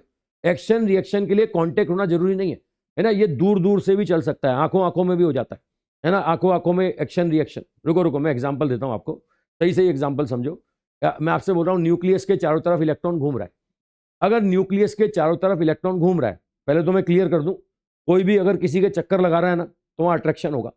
कोई भी अगर किसी के चक्कर लगा रहा है तो अट्रैक्शन होगा, बिना अट्रैक्शन के चक्कर पॉसिबल ही नहीं है। न्यूक्लियस के चारों तरफ इलेक्ट्रॉन अगर घूम रहा है तो न्यूक्लियस का इलेक्ट्रोस्टैटिक अट्रैक्टिव फोर्स उसको घूमने के लिए सेंटीपिटल फोर्स देगा। सन के अराउंड अर्थ घूम रही है तो वहां पर अर्थ पर सन का अट्रैक्शन है भैया, ग्रेविटेशन अट्रैक्शन। सन का अट्रैक्शन है ग्रेविटेशन अट्रैक्शन। मैं फिर से कह रहा हूं, कोई भी चक्कर बिना अट्रैक्शन के पॉसिबल नहीं है। तुम नीट के चक्कर लगा रहे हो ना तो भी अट्रैक्शन है, वो इलेक्ट्रॉन न्यूक्लियस के चक्कर लगा रहा है ना तो अट्रैक्शन है, वो अर्थ सन के चक्कर लगा रही है ना तो भी अट्रैक्शन है। रुको, अब ढंग से सुनना भाई, यहां पर अगर मैं आपसे बोलूं तो एक तरफा अट्रैक्शन नहीं है, दो तरफा अट्रैक्शन है। ये अट्रैक्शन एक तरफा नहीं है, जितने फोर्स से न्यूक्लियस इलेक्ट्रॉन को अट्रैक्ट करती है ना, उतने ही फोर्स से इलेक्ट्रॉन भी न्यूक्लियस को अट्रैक्ट करेगा। जितने फोर्स से सन अर्थ को अट्रैक्ट करता है ना, उतने ही फोर्स से अर्थ भी सन को अट्रैक्ट करेगी। मतलब ये एक तरफा मामला नहीं, दो तरफा मामला है। अब मुझे बताओ, ये जो मैंने दोनों एग्जाम्पल दिए, ये चक्कर लगाने वाले दोनों एग्जाम्पल दिए, क्या इनमें टच कर रहा है? क्या इनमें कॉन्टेक्ट है? क्या लेकिन घूम रहा है ना साहब। तो ये भी एक्शन रिएक्शन पेयर है। न्यूक्लियस ने इलेक्ट्रॉन को अट्रैक्ट किया, इलेक्ट्रॉन ने न्यूक्लियस को अट्रैक्ट किया, दोनों फोर्स का डायरेक्शन एक दूसरे के क्या होगा? अपोजिट। सन अर्थ को अट्रैक्ट करेगा, अर्थ सन को अट्रैक्ट करेगी, दोनों फोर्स का डायरेक्शन एक दूसरे के क्या होगा? अपोजिट। तो काम की बात सुन लो भैया, ये कॉन्टैक्ट होना जरूरी नहीं है। एक्शन रिएक्शन पेयर के लिए कॉन्टैक्ट होना जरूरी नहीं है ना। ये यहाँ फोटो में कॉन्टैक्ट वाला एग्जाम्पल बनाया, मैं कह सकता हूँ कॉन्टैक्ट होना जरूरी नहीं है। तो वापस से एक बार सारे पॉइंट रिकॉल करो, वापस से सुनो। ये हर एक्शन का रिएक्शन होगा, बराबर होगा, अपोजिट होगा। मतलब दोनों फोर्स का मैग्नीट्यूड बराबर होगा, लेकिन ये माइनस साइन क्या बता रहा है? ये डायरेक्शन क्या होगा? ये अपोजिट डायरेक्शन होगी, अपोजिट डायरेक्शन। दूसरा पॉइंट क्या बताया मैंने? एक्शन रिएक्शन के लिए कोई टाइम लैग नहीं होगा, जिस समय एक्शन उसी समय रिएक्शन। तीसरा पॉइंट क्या बताया मैंने? कॉन्टैक्ट होना जरूरी नहीं है। ये कॉन्टैक्ट में भी हो सकता है, दूर दूर से भी हो सकता है। एक्शन रिएक्शन कॉन्टैक्ट में भी हो सकता है, दूर दूर से भी हो सकता है। ठीक है, चलो ये सारे पॉइंट जो मैं बोल रहा हूं ना, ये सारे पॉइंट मैं लिख के भी लाया हूं। ये देखो, ठीक है। अच्छा, एक और पॉइंट, एक और इंपॉर्टेंट पॉइंट। ये सबसे पहला पॉइंट देख लो आप स्क्रीन पर, सबसे पहला पॉइंट देख लो। इसका मतलब अगर मैं समझाऊं तो दुनिया में जो फोर्स है ना, वो अकेला नहीं मिलता। मतलब की बात है, फोर्स दुनिया में अकेला नहीं मिलेगा। भगवान ने सबके पेयर बनाए, मौका आने पे मिलते हैं, लेकिन जो फोर्स है ना, फोर्स, इसका पेयर पैदा होते ही बन जाता है साहब। क्योंकि जिस समय एक्शन होगा उसी समय रिएक्शन आ जाएगा, ये अकेला नहीं मिलेगा। फोर्स नेचर में अकेला एग्जिस्ट ही नहीं करता। कोई तुमसे बोले कि single force exist in nature, तो गलत बात है भैया, नहीं करता। सिंगल फोर्स नेचर में एग्जिस्ट ही नहीं करता। कोई तुम्हें बोले कि मैं ऐसी जगह ले चलता हूं जहां पर फोर्स अकेला पाया जाता है, तो मत जाना भैया, अकेला फोर्स कहीं नहीं मिलेगा। नेचर में सिंगल फोर्स एग्जिस्ट नहीं करता है। फोर्स हमेशा किस में मिलेगा? पेयर में, है ना। ये पहला पॉइंट क्लियर हो गया होगा। ठीक है, ये force always produce action reaction pair, अकेला मिल ही नहीं सकता, एक्शन रिएक्शन मिलेगा। मैंने बोला कोई टाइम लैग नहीं होगा। ठीक है, अच्छा एक और चीज, अगर टाइम लैग नहीं है ना, अगर टाइम लैग नहीं है तो मैं ये नहीं कह सकता कि action is a result of reaction और action is a product of resultant. मतलब दो के बीच में फोर्स चल रहा है। अगर दो कांटेक्ट में है, आजू बाजू में है दो, एक ने एक्शन किया तो दूसरा तुरंत क्या करेगा? रिएक्शन देगा। अब किसी ने बीच में आके देख लिया ये, तो वो इसी को एक्शन मानने लग जाएगा। मेरी भावनाएं समझ रहे हो भैया? तो ये अगर किसी ने शुरुआत से नहीं देखा है ना, तो कोई नहीं बता सकता कौन सा एक्शन और कौन सा रिएक्शन। हाँ, ये बोल सकते हैं इनमें से एक एक्शन है और एक क्या है? रिएक्शन है। इनमें से एक एक्शन है और एक रिएक्शन है। आई थिंक क्लियर हो गया होगा सबको। ठीक है ठीक है, अब ये सिंपल पॉइंट बता रहा हूं मैं। ठीक है, इसमें action and reaction is also applicable between bodies which are not in physically contact, physically contact में नहीं है। और एक्शन रिएक्शन एप्लीकेबल और ऑल इंटरेक्शन फोर्सेस, ग्रेविटेशन में भी एक्शन रिएक्शन मिलेगा। इलेक्ट्रोस्टैटिक का भी एग्जांपल दिया मैंने, न्यूक्लियस इलेक्ट्रॉन, ये सन प्लैनेट। ठीक है, ये इलेक्ट्रोमैग्नेटिक फोर्स, ये टेंशन फोर्स, फ्रिक्शन फोर्स, ये विस्कस फोर्स। दुनिया के जितने फोर्स एग्जिस्ट करते हैं ना, दुनिया के जितने फोर्स एग्जिस्ट करते हैं, सब में एक्शन रिएक्शन मिलेगा। मैं तो कह रहा हूं ना यार, फोर्स अकेला मिलता ही नहीं है। जहां फोर्स आएगा उसका पेयर जरूर आएगा। दुनिया में सिंगल फोर्स नेचर में एग्जिस्ट नहीं करता। जहां पर टेंशन आएगा तो उसका जवाब भी आएगा, जहां ग्रेविटेशनल फोर्स आएगा उसका जवाब भी आएगा। मतलब ये कोई भी फोर्स सिंगल नहीं मिल सकता आपको। ठीक है, और बताऊं मैं आपको, ये action reaction cancel each other because they act on different body. ये समझ लेना पॉइंट, ये नेवर कैंसल ईच अदर। ये बड़ा इंपॉर्टेंट पॉइंट है भाई। ये मैंने पिछले पेज पे, पिछली स्लाइड पे बताया तुम्हें। देखो, मुझे बताओ, यहां पर ये बॉडी, ये बुक इस टेबल पे फोर्स नीचे लगा रहा है, तो टेबल इस बुक पे फोर्स ऊपर लगा रहा है ना। मुझे बताओ, ये जो फोर्स है, ये फोर्स एक ही बॉडी पे लग रहे हैं कि अलग अलग पे लग रहे हैं? ये दोनों अलग अलग पे लग रहे हैं, तो कभी भी एक दूसरे को कैंसिल आउट नहीं करेंगे। एक्शन रिएक्शन कभी एक दूसरे को कैंसिल आउट नहीं करेगा। हाँ, इन दोनों को एक सिस्टम मान लें अपन, इन दोनों को एक सिस्टम मान लें। बताओ, मैं इन दोनों को एक सिस्टम मान लूं तो मैं ऐसा बोल सकता हूं, F12 प्लस F21 बराबर क्या होगा? 0। बताओ, ये जो नेट फोर्स बोले हैं, इन दोनों बॉडी को सिस्टम मान लिया जाए तो नेट फोर्स कितना हो जाएगा? 0। अब काम की बात सुन लेना भैया, अगर नेट फोर्स 0 है ना, तो ऐसे केस में लगता है लीनियर मोमेंटम कंजर्वेशन। अगर नेट फोर्स 0 है तो क्या लगेगा? Linear momentum conservation. मैं बहुत कुछ बोलने वाला हूं, मेरी बातें ढंग से सुनते रहो। आज ये सब लिखा हुआ मिलेगा तुम्हें, ये सब लिखा हुआ मिलेगा क्लास के बाद में 10 मिनट में बैठ करके सब लिख लेना। ये थ्योरी वाले पॉइंट सब लिख लेना, न्यूमेरिकल मेरे साथ साथ करना, ये थ्योरी वाले पॉइंट में जो भी बोल रहा हूँ ना, ये सब बैठ करके लिख लेना, ये ढंग से समझते जाओ, है ना। देखो सुनो, वापस से सुनो मैं क्या बोल रहा हूँ। यहाँ पर अगर मैं आपसे बोलूँ कि दो बॉडी कॉन्टैक्ट में है, एक ने दूसरे पर एक्शन किया, दूसरे ने पहले को रिएक्शन दिया, तो ये एक्शन रिएक्शन किस पे लग रहा है, एक ही बॉडी पे कि अलग अलग पे, ये अलग अलग पे लग रहा है, तो कभी एक दूसरे को कैंसिल आउट कर ही नहीं सकता। फोर्स कैंसिल कब करें, जब एक ही बॉडी पे लगे तब कैंसिल करेंगे ना यार, अलग अलग बॉडी के फोर्स कैसे कैंसिल हो सकते हैं, पहला पॉइंट। लेकिन इन दोनों को मैं एक सिस्टम मान लूं तो यहां पर ये इंटरनल फोर्स हो जाएगा भैया, पहले ने दूसरे पे लगाया, दूसरे ने पहले पे लगाया, इंटरनल हो गया, तुम्हारा इससे कोई लेना देना नहीं है ना, हम सिस्टम से बाहर हैं। तो इन सिस्टम पर नेट फोर्स कितना हो जाएगा, 0। और जहां भी ऐसा होता है ना, वहां लगता है लीनियर मोमेंटम कंजर्वेशन। लेकिन अब ढंग से सुन लेना, ये लीनियर मोमेंटम कंजर्वेशन किस पे लगाओगे, ये लीनियर मोमेंटम कंजर्वेशन लगाओगे सिस्टम पर, ये किसी एक पार्टिकल पे मत लगाना। रुको मैं और बोलता हूं आपको, ढंग से सुनो और सुनो। इसमें मैं इसके एग्जांपल बताऊं आपको। एक तो एग्जांपल दिया मैंने रॉकेट वाला, है ना, रॉकेट वाला, रॉकेट ने गैस पर नीचे फोर्स लगाया तो गैस ने रॉकेट पर ऊपर फोर्स लगाया। रॉकेट और गैस को एक सिस्टम मान लें तो ये इंटरनल फोर्स होगा, कोई एक्सटर्नल फोर्स नहीं होगा, तो आप लीनियर मोमेंटम कंजर्वेशन लगाओगे सिस्टम पर। अच्छा, सिस्टम का मतलब रॉकेट और गैस दोनों पर, खाली रॉकेट पर नहीं, खाली गैस पर नहीं, रॉकेट और गैस के सिस्टम पर लगाओगे। मैं और एग्जांपल देता हूं, gun bullet system. Gun bullet system, बंदूक से मैंने गोली चलाई, अब बंदूक से मैं गोली चलाता हूं तो गोली पर बंदूक ने फोर्स लगाया, तो वो जो गोली है ना वो बंदूक पे भी फोर्स लगाएगी, है ना। जितना फोर्स ये बंदूक गोली पे लगाएगी उतना ही फोर्स वो गोली किस पे लगाएगी, बंदूक पे। ये हर एक्शन का रिएक्शन होगा, बराबर होगा और अपोजिट होगा, ठीक है। देखो काम की बात सुन लेना, बंदूक और गोली को एक सिस्टम मान लूं तो कोई एक्सटर्नल फोर्स नहीं है।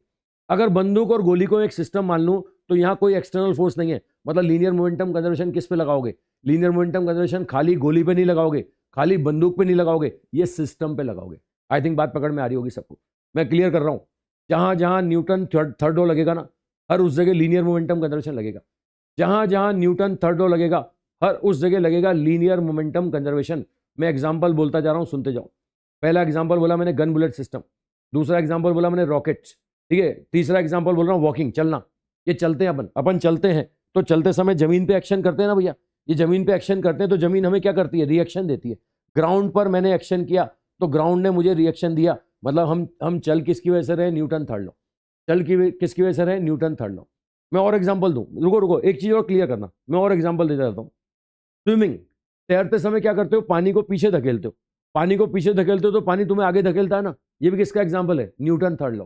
नाव में बैठ करके आप पानी को पीछे धकेलते हो तो पानी नाव को आगे धकेलता है, ये भी किसका एग्जांपल है, ये भी एग्जांपल है न्यूटन थर्ड लॉ। ये न्यूटन थर्ड लॉ के सारे एग्जांपल दे रहा हूं मैं रुको और एग्जांपल देता हूं, न्यूटन थर्ड लॉ का और एग्जांपल देता हूं। कुछ थियोरेटिकल पॉइंट बोलूंगा, ढंग से सुनना। मैं खड़ा हुआ हूं साहब एक आइस के स्लैब के ऊपर खड़ा हूं और आइस का स्लैब एक तालाब में तैर रहा है, मुझे सुनना ढंग से, है ना, केस स्टडी है साहब, ढंग से सुनना। मैं एक आइस के स्लैब पे खड़ा हूं और आइस का स्लैब एक तालाब में तैर रहा है। अब मुझे किनारे पे जाना है साहब, मुझे किनारे पे जाना है, तो बताइए मुझे क्या करना चाहिए, मुझे छींकना चाहिए, मुझे खांसना चाहिए, मुझे उछलना चाहिए, मुझे कूदना चाहिए, मुझे क्या करना चाहिए, है ना। बच्चे बोलते हैं कि साहब आप तो नाव की तरह पानी को पीछे धकेलो और आगे चले जाओ। मैं बर्फ की स्लैब पे खड़ा हूं भैया, हाथ जम जाएंगे मेरे, मैं टाइटेनिक हो जाऊंगा, टाइटेनिक, है ना। रुको तो ऐसे केस में क्या करूं, क्या मैं उछलूं तो काम चलेगा क्या, मेरे उछलने से काम नहीं चलेगा। अगर मैं उछलूंगा तो वो आइस स्लैब कहाँ जाएगा, नीचे। तो इसके लिए मुझे छींकना चाहिए, मुझे खांसना चाहिए, मैं इस डायरेक्शन में छींकूंगा, उधर एक्शन करूंगा तो रिएक्शन उधर मिलेगा भैया, उधर जाऊंगा। मेरी भावनाएं समझ रहे हो भैया। मैं आइस के स्लैब पे खड़ा हूं और आइस का स्लैब पानी के तालाब में है, मुझे किनारे पे जाना है, तो जिस किनारे पे जाना है उसके अपोजिट डायरेक्शन में छींको या खांसो, ठीक है। रुको मैं और बताऊं आपको, मैं सिंपल एग्जांपल आपको बताऊं, है ना। ये अगर तुमने ग्रेविटी मूवी देखी हो, अगर तुमने ग्रेविटी मूवी देखी हो तो ग्रेविटी मूवी में मतलब अंग्रेज लोग जब मूवी बनाते हैं ना, तो ये साइंस फिक्शन मूवी बनाते हैं ना, तो बाकायदा ऐसी चीजें डालते हैं उसमें, बाकायदा साइंस को लिंक करके दिखाते हैं वो। तो उसमें अगर ग्रेविटी मूवी अगर तुम्हें याद आती हो तो वो स्पेस में वो एस्ट्रोनॉट जाते हैं ना, तो पीछे वो गैस का चैम्बर बांध के रखते हैं, है ना। एक जगह से दूसरी जगह जाना हो तो गैस का चैम्बर ऑन करते थे, मतलब क्या होगा, वही एक्शन रिएक्शन, गैस नीचे थ्रस्ट डालेगी तो ऊपर जाएगा, गैस पीछे थ्रस्ट डालेगी तो आगे जाएगा, है ना। ये मतलब बाकायदा साइंस फिक्शन मूवी बनाते हैं ना, तो ये लोग पूरा दिखाते हैं। अपने इंडिया में तो अगर गलती से ऐसी पिक्चरें बनती ही नहीं है, क्योंकि ऑडियंस साइंस जानती ही नहीं है, और गलती से ऐसी अगर पिक्चर बना भी दी ना तो अपने को ऑडियंस को बांधने के लिए आइटम सॉन्ग डालने पड़ेंगे वहां पर, मतलब ऑडियंस को बांधने के लिए, समझ रहे हो ना, ऑडियंस समझ रहे हो ना, बांधने के लिए आइटम सॉन्ग डालने पड़ेंगे अपने को, वरना ऑडियंस यहाँ क्या हो जाएंगी, बोर हो जाएंगी। इवन अपने साउथ वालों ने ऐसा ट्राई किया था, साउथ वालों ने एक मूवी बनाई थी टिक टिक टिक। मैं थोड़े भी पिछले दिनों पहले देख रहा था, सेट मैक्स पे मूवी आ रही थी। वो सेट मैक्स पे एक तो सूर्यवंशम आती रहती है ना, वो राजा ठाकुर खीर खा के मर गया। और दूसरा भी मतलब वो ये टिक टिक टिक साउथ वालों की एक पिक्चर आ रही थी, मतलब बताऊंगा उसमें। उसमें क्या था साहब, जैसे अंग्रेज लोग पिक्चर बनाते हैं ना कि भैया ऊपर से एस्ट्रॉइड गिर रहे हैं, अब एस्ट्रॉइड इंडिया पे आके गिरेंगे, और इंडिया पे कहाँ आके गिरेंगे, वो साउथ वाले इलाके पे, जैसे चेन्नई वेन्नई सब खत्म हो जाएगा। तो क्या करना चाहिए बचाने के लिए, है ना, उसके बचाने के लिए वो एस्ट्रॉइड को हवा में डिस्ट्रॉय कर दो। वो एस्ट्रॉइड को हवा में डिस्ट्रॉय करने के लिए मिसाइल चाहिए, और मिसाइल भी छोटी मोटी नहीं चाहिए, बोले न्यूक्लियर मिसाइल चाहिए, न्यूक्लियर मिसाइल, है ना, वहां पे न्यूक्लियर मिसाइल चाहिए। चलो अब न्यूक्लियर मिसाइल कहाँ से लाएं साहब, है ना, तो न्यूक्लियर मिसाइल भी साहब जो चाइना है ना उसके स्पेस स्टेशन से चलाएंगे। मतलब न्यूक्लियर मिसाइल कहाँ से लाई जाएगी, वो मतलब साउथ वालों की सोच देखो आप। वो न्यूक्लियर मिसाइल कहाँ से लाएंगे, ऊपर चाइना का स्पेस स्टेशन है, उस स्पेस स्टेशन में चाइना ने न्यूक्लियर मिसाइल रख रखी है, वहां जाके चुराएंगे साहब, और उससे रास्ते में उसको डिस्ट्रॉय करेंगे। क्यों? क्योंकि अपनी यहाँ से भेजेंगे तो वो उसको डिस्ट्रॉय नहीं कर पाएगा। मतलब वो मतलब अलग ही, तो मतलब अपने इंडिया में भी हिम्मत की जाती है ऐसी मूवी बनाने की, लेकिन पूरी स्टोरी वो इंडियन डालनी पड़ती है, वो इंडियन ड्रामा करना पड़ता है। वो जो अंग्रेज लोग बनाते हैं ना, कोई ड्रामा नहीं करते, वो तो साइंस फिक्शन दिखाते हैं और ऑडियंस देखती भी है, और ऑस्कर ले जाते हैं वो लोग। अपन ऐसी मूवियाँ दिखा दें तो अपने यहाँ नॉर्मल ऑडियंस देखने ही नहीं आए, अपने को तो वो दिखाना पड़ेगा भैया वो बाइक पे बैठ करके वो बांध रहा है, समझ रहे हो ना मेरी बात। मतलब अलग ही ड्रामे करने पड़ते हैं ऑडियंस को दिखाने के लिए, अलग ही ड्रामे करने पड़ते हैं। ऑडियंस समझ रहे हो मेरी बात, ठीक है। चलो, अच्छा ऑडियंस क्या होता है, एक बच्चा पूछ रहा है। कुछ नहीं होता बेटा, सो जा, आ जा, सुनो और सुनो, ठीक है। आई थिंक मैं कनेक्ट कर पा रहा हूँ तुमसे, मुझे समझ पा रहे हो तुम, मुझे जान पा रहे हो तुम। मैं खड़ूस आदमी नहीं हूँ, मैं पढ़ाता हूँ भाई, अच्छा पढ़ाता हूँ यार, और ऑफलाइन में बच्चे बोलते हैं मैं अच्छा ही पढ़ाता हूँ, बच्चों से कनेक्टेड रहता हूँ। ठीक है, तुमसे कनेक्ट नहीं कर पा रहा था, मैं आज कोशिश कर रहा हूँ तुमसे कनेक्ट करने की, है ना। कॉन्सेप्ट समझाऊंगा, एक एक कॉन्सेप्ट समझाऊंगा, और ऐसे ऐसे एग्जाम्पल समझाऊंगा जो तुम रिलेट कर पाओगे, ठीक है, घबराओ मत। चलो, तो ये वापस सुन लो, ठीक है। अब साउथ की मूवी के तो अपने बहुत सारे एग्जाम्पल है यार, साउथ वाले छोड़ो, आजकल तो भोजपुरी वाले खतरनाक हो गए, वो फिजिक्स फेल करने पे तुले हुए हैं। मतलब अपने इंडिया में तो ऐसी पिक्चरें बनाते हैं यार कि फिजिक्स फेल। वो अपना हिंदी वाला में एक रोहित शेट्टी, वो तो कारें तोड़ता है ऐसे ऐसे, और ऐसी ऐसी जगह जगह कारें गिरती हैं कि सारे मोमेंटम कंजर्वेशन सब फेल, है ना। चलो, सारे एग्जाम्पल आज ही नहीं लेने, आज का लेक्चर ही इस काम के लिए नहीं। ऐसा नहीं कि आज ही तुम्हारा सारा मूड फ्रेश कर दूं, मैं रोज कुछ ना कुछ तुम्हारा मूड फ्रेश करता रहूंगा, है ना, रोज थोड़ा थोड़ा तुम्हारा मूड फ्रेश करता रहूंगा, आ जाओ, ठीक है। वो मेरा इशारा बच्चे समझ गए, किसी मूवी का नाम लिख रहे हैं बच्चे, मैंने मोटरसाइकिल का एग्जाम्पल लिया तो बच्चे किसी मूवी का नाम लिख रहे हैं, ठीक है। नहीं भाई, मैं नहीं पूछ रहा हूँ तुमसे उस मूवी का नाम। नहीं, मैं देख के नहीं आया भाई, नहीं देखा मैंने, बिल्कुल नहीं देखा मैंने। तो ये सारे पॉइंट्स आप अपने आप लिख लेना, है ना, ये अपने आप लिख लेना। चलो, अब दुनिया में आगे बढ़े भाई, हो गया आज का इंटरटेनमेंट, अब थोड़ा फ्लो बनाते हैं अपन। तो मैंने आपको न्यूटन के लॉ बना दिए, first law, second law, third law. कुछ पॉइंट मैं क्लियर कर दूं। न्यूटन का जो सेकंड लॉ है ना, सेकंड लॉ, इससे आप फर्स्ट लॉ को जस्टिफाई करते हैं। न्यूटन के सेकंड लॉ से आप थर्ड लॉ को प्रूफ कर सकते हैं। न्यूटन के सेकंड लॉ से ही आप क्या कर सकते हैं, इक्वेशन ऑफ मोशन का प्रूफ कर सकते हैं।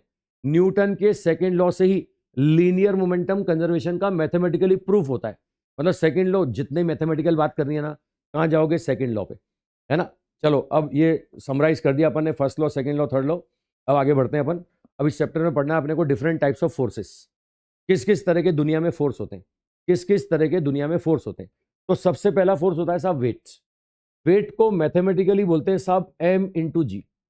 एम क्या होता है, एम होता है मास, और जी क्या होता है, जी होता है ग्रेविटेशनल एक्सेलेरेशन। ये होता है ग्रेविटेशन एक्सेलेरेशन ऑफ प्लेनेट।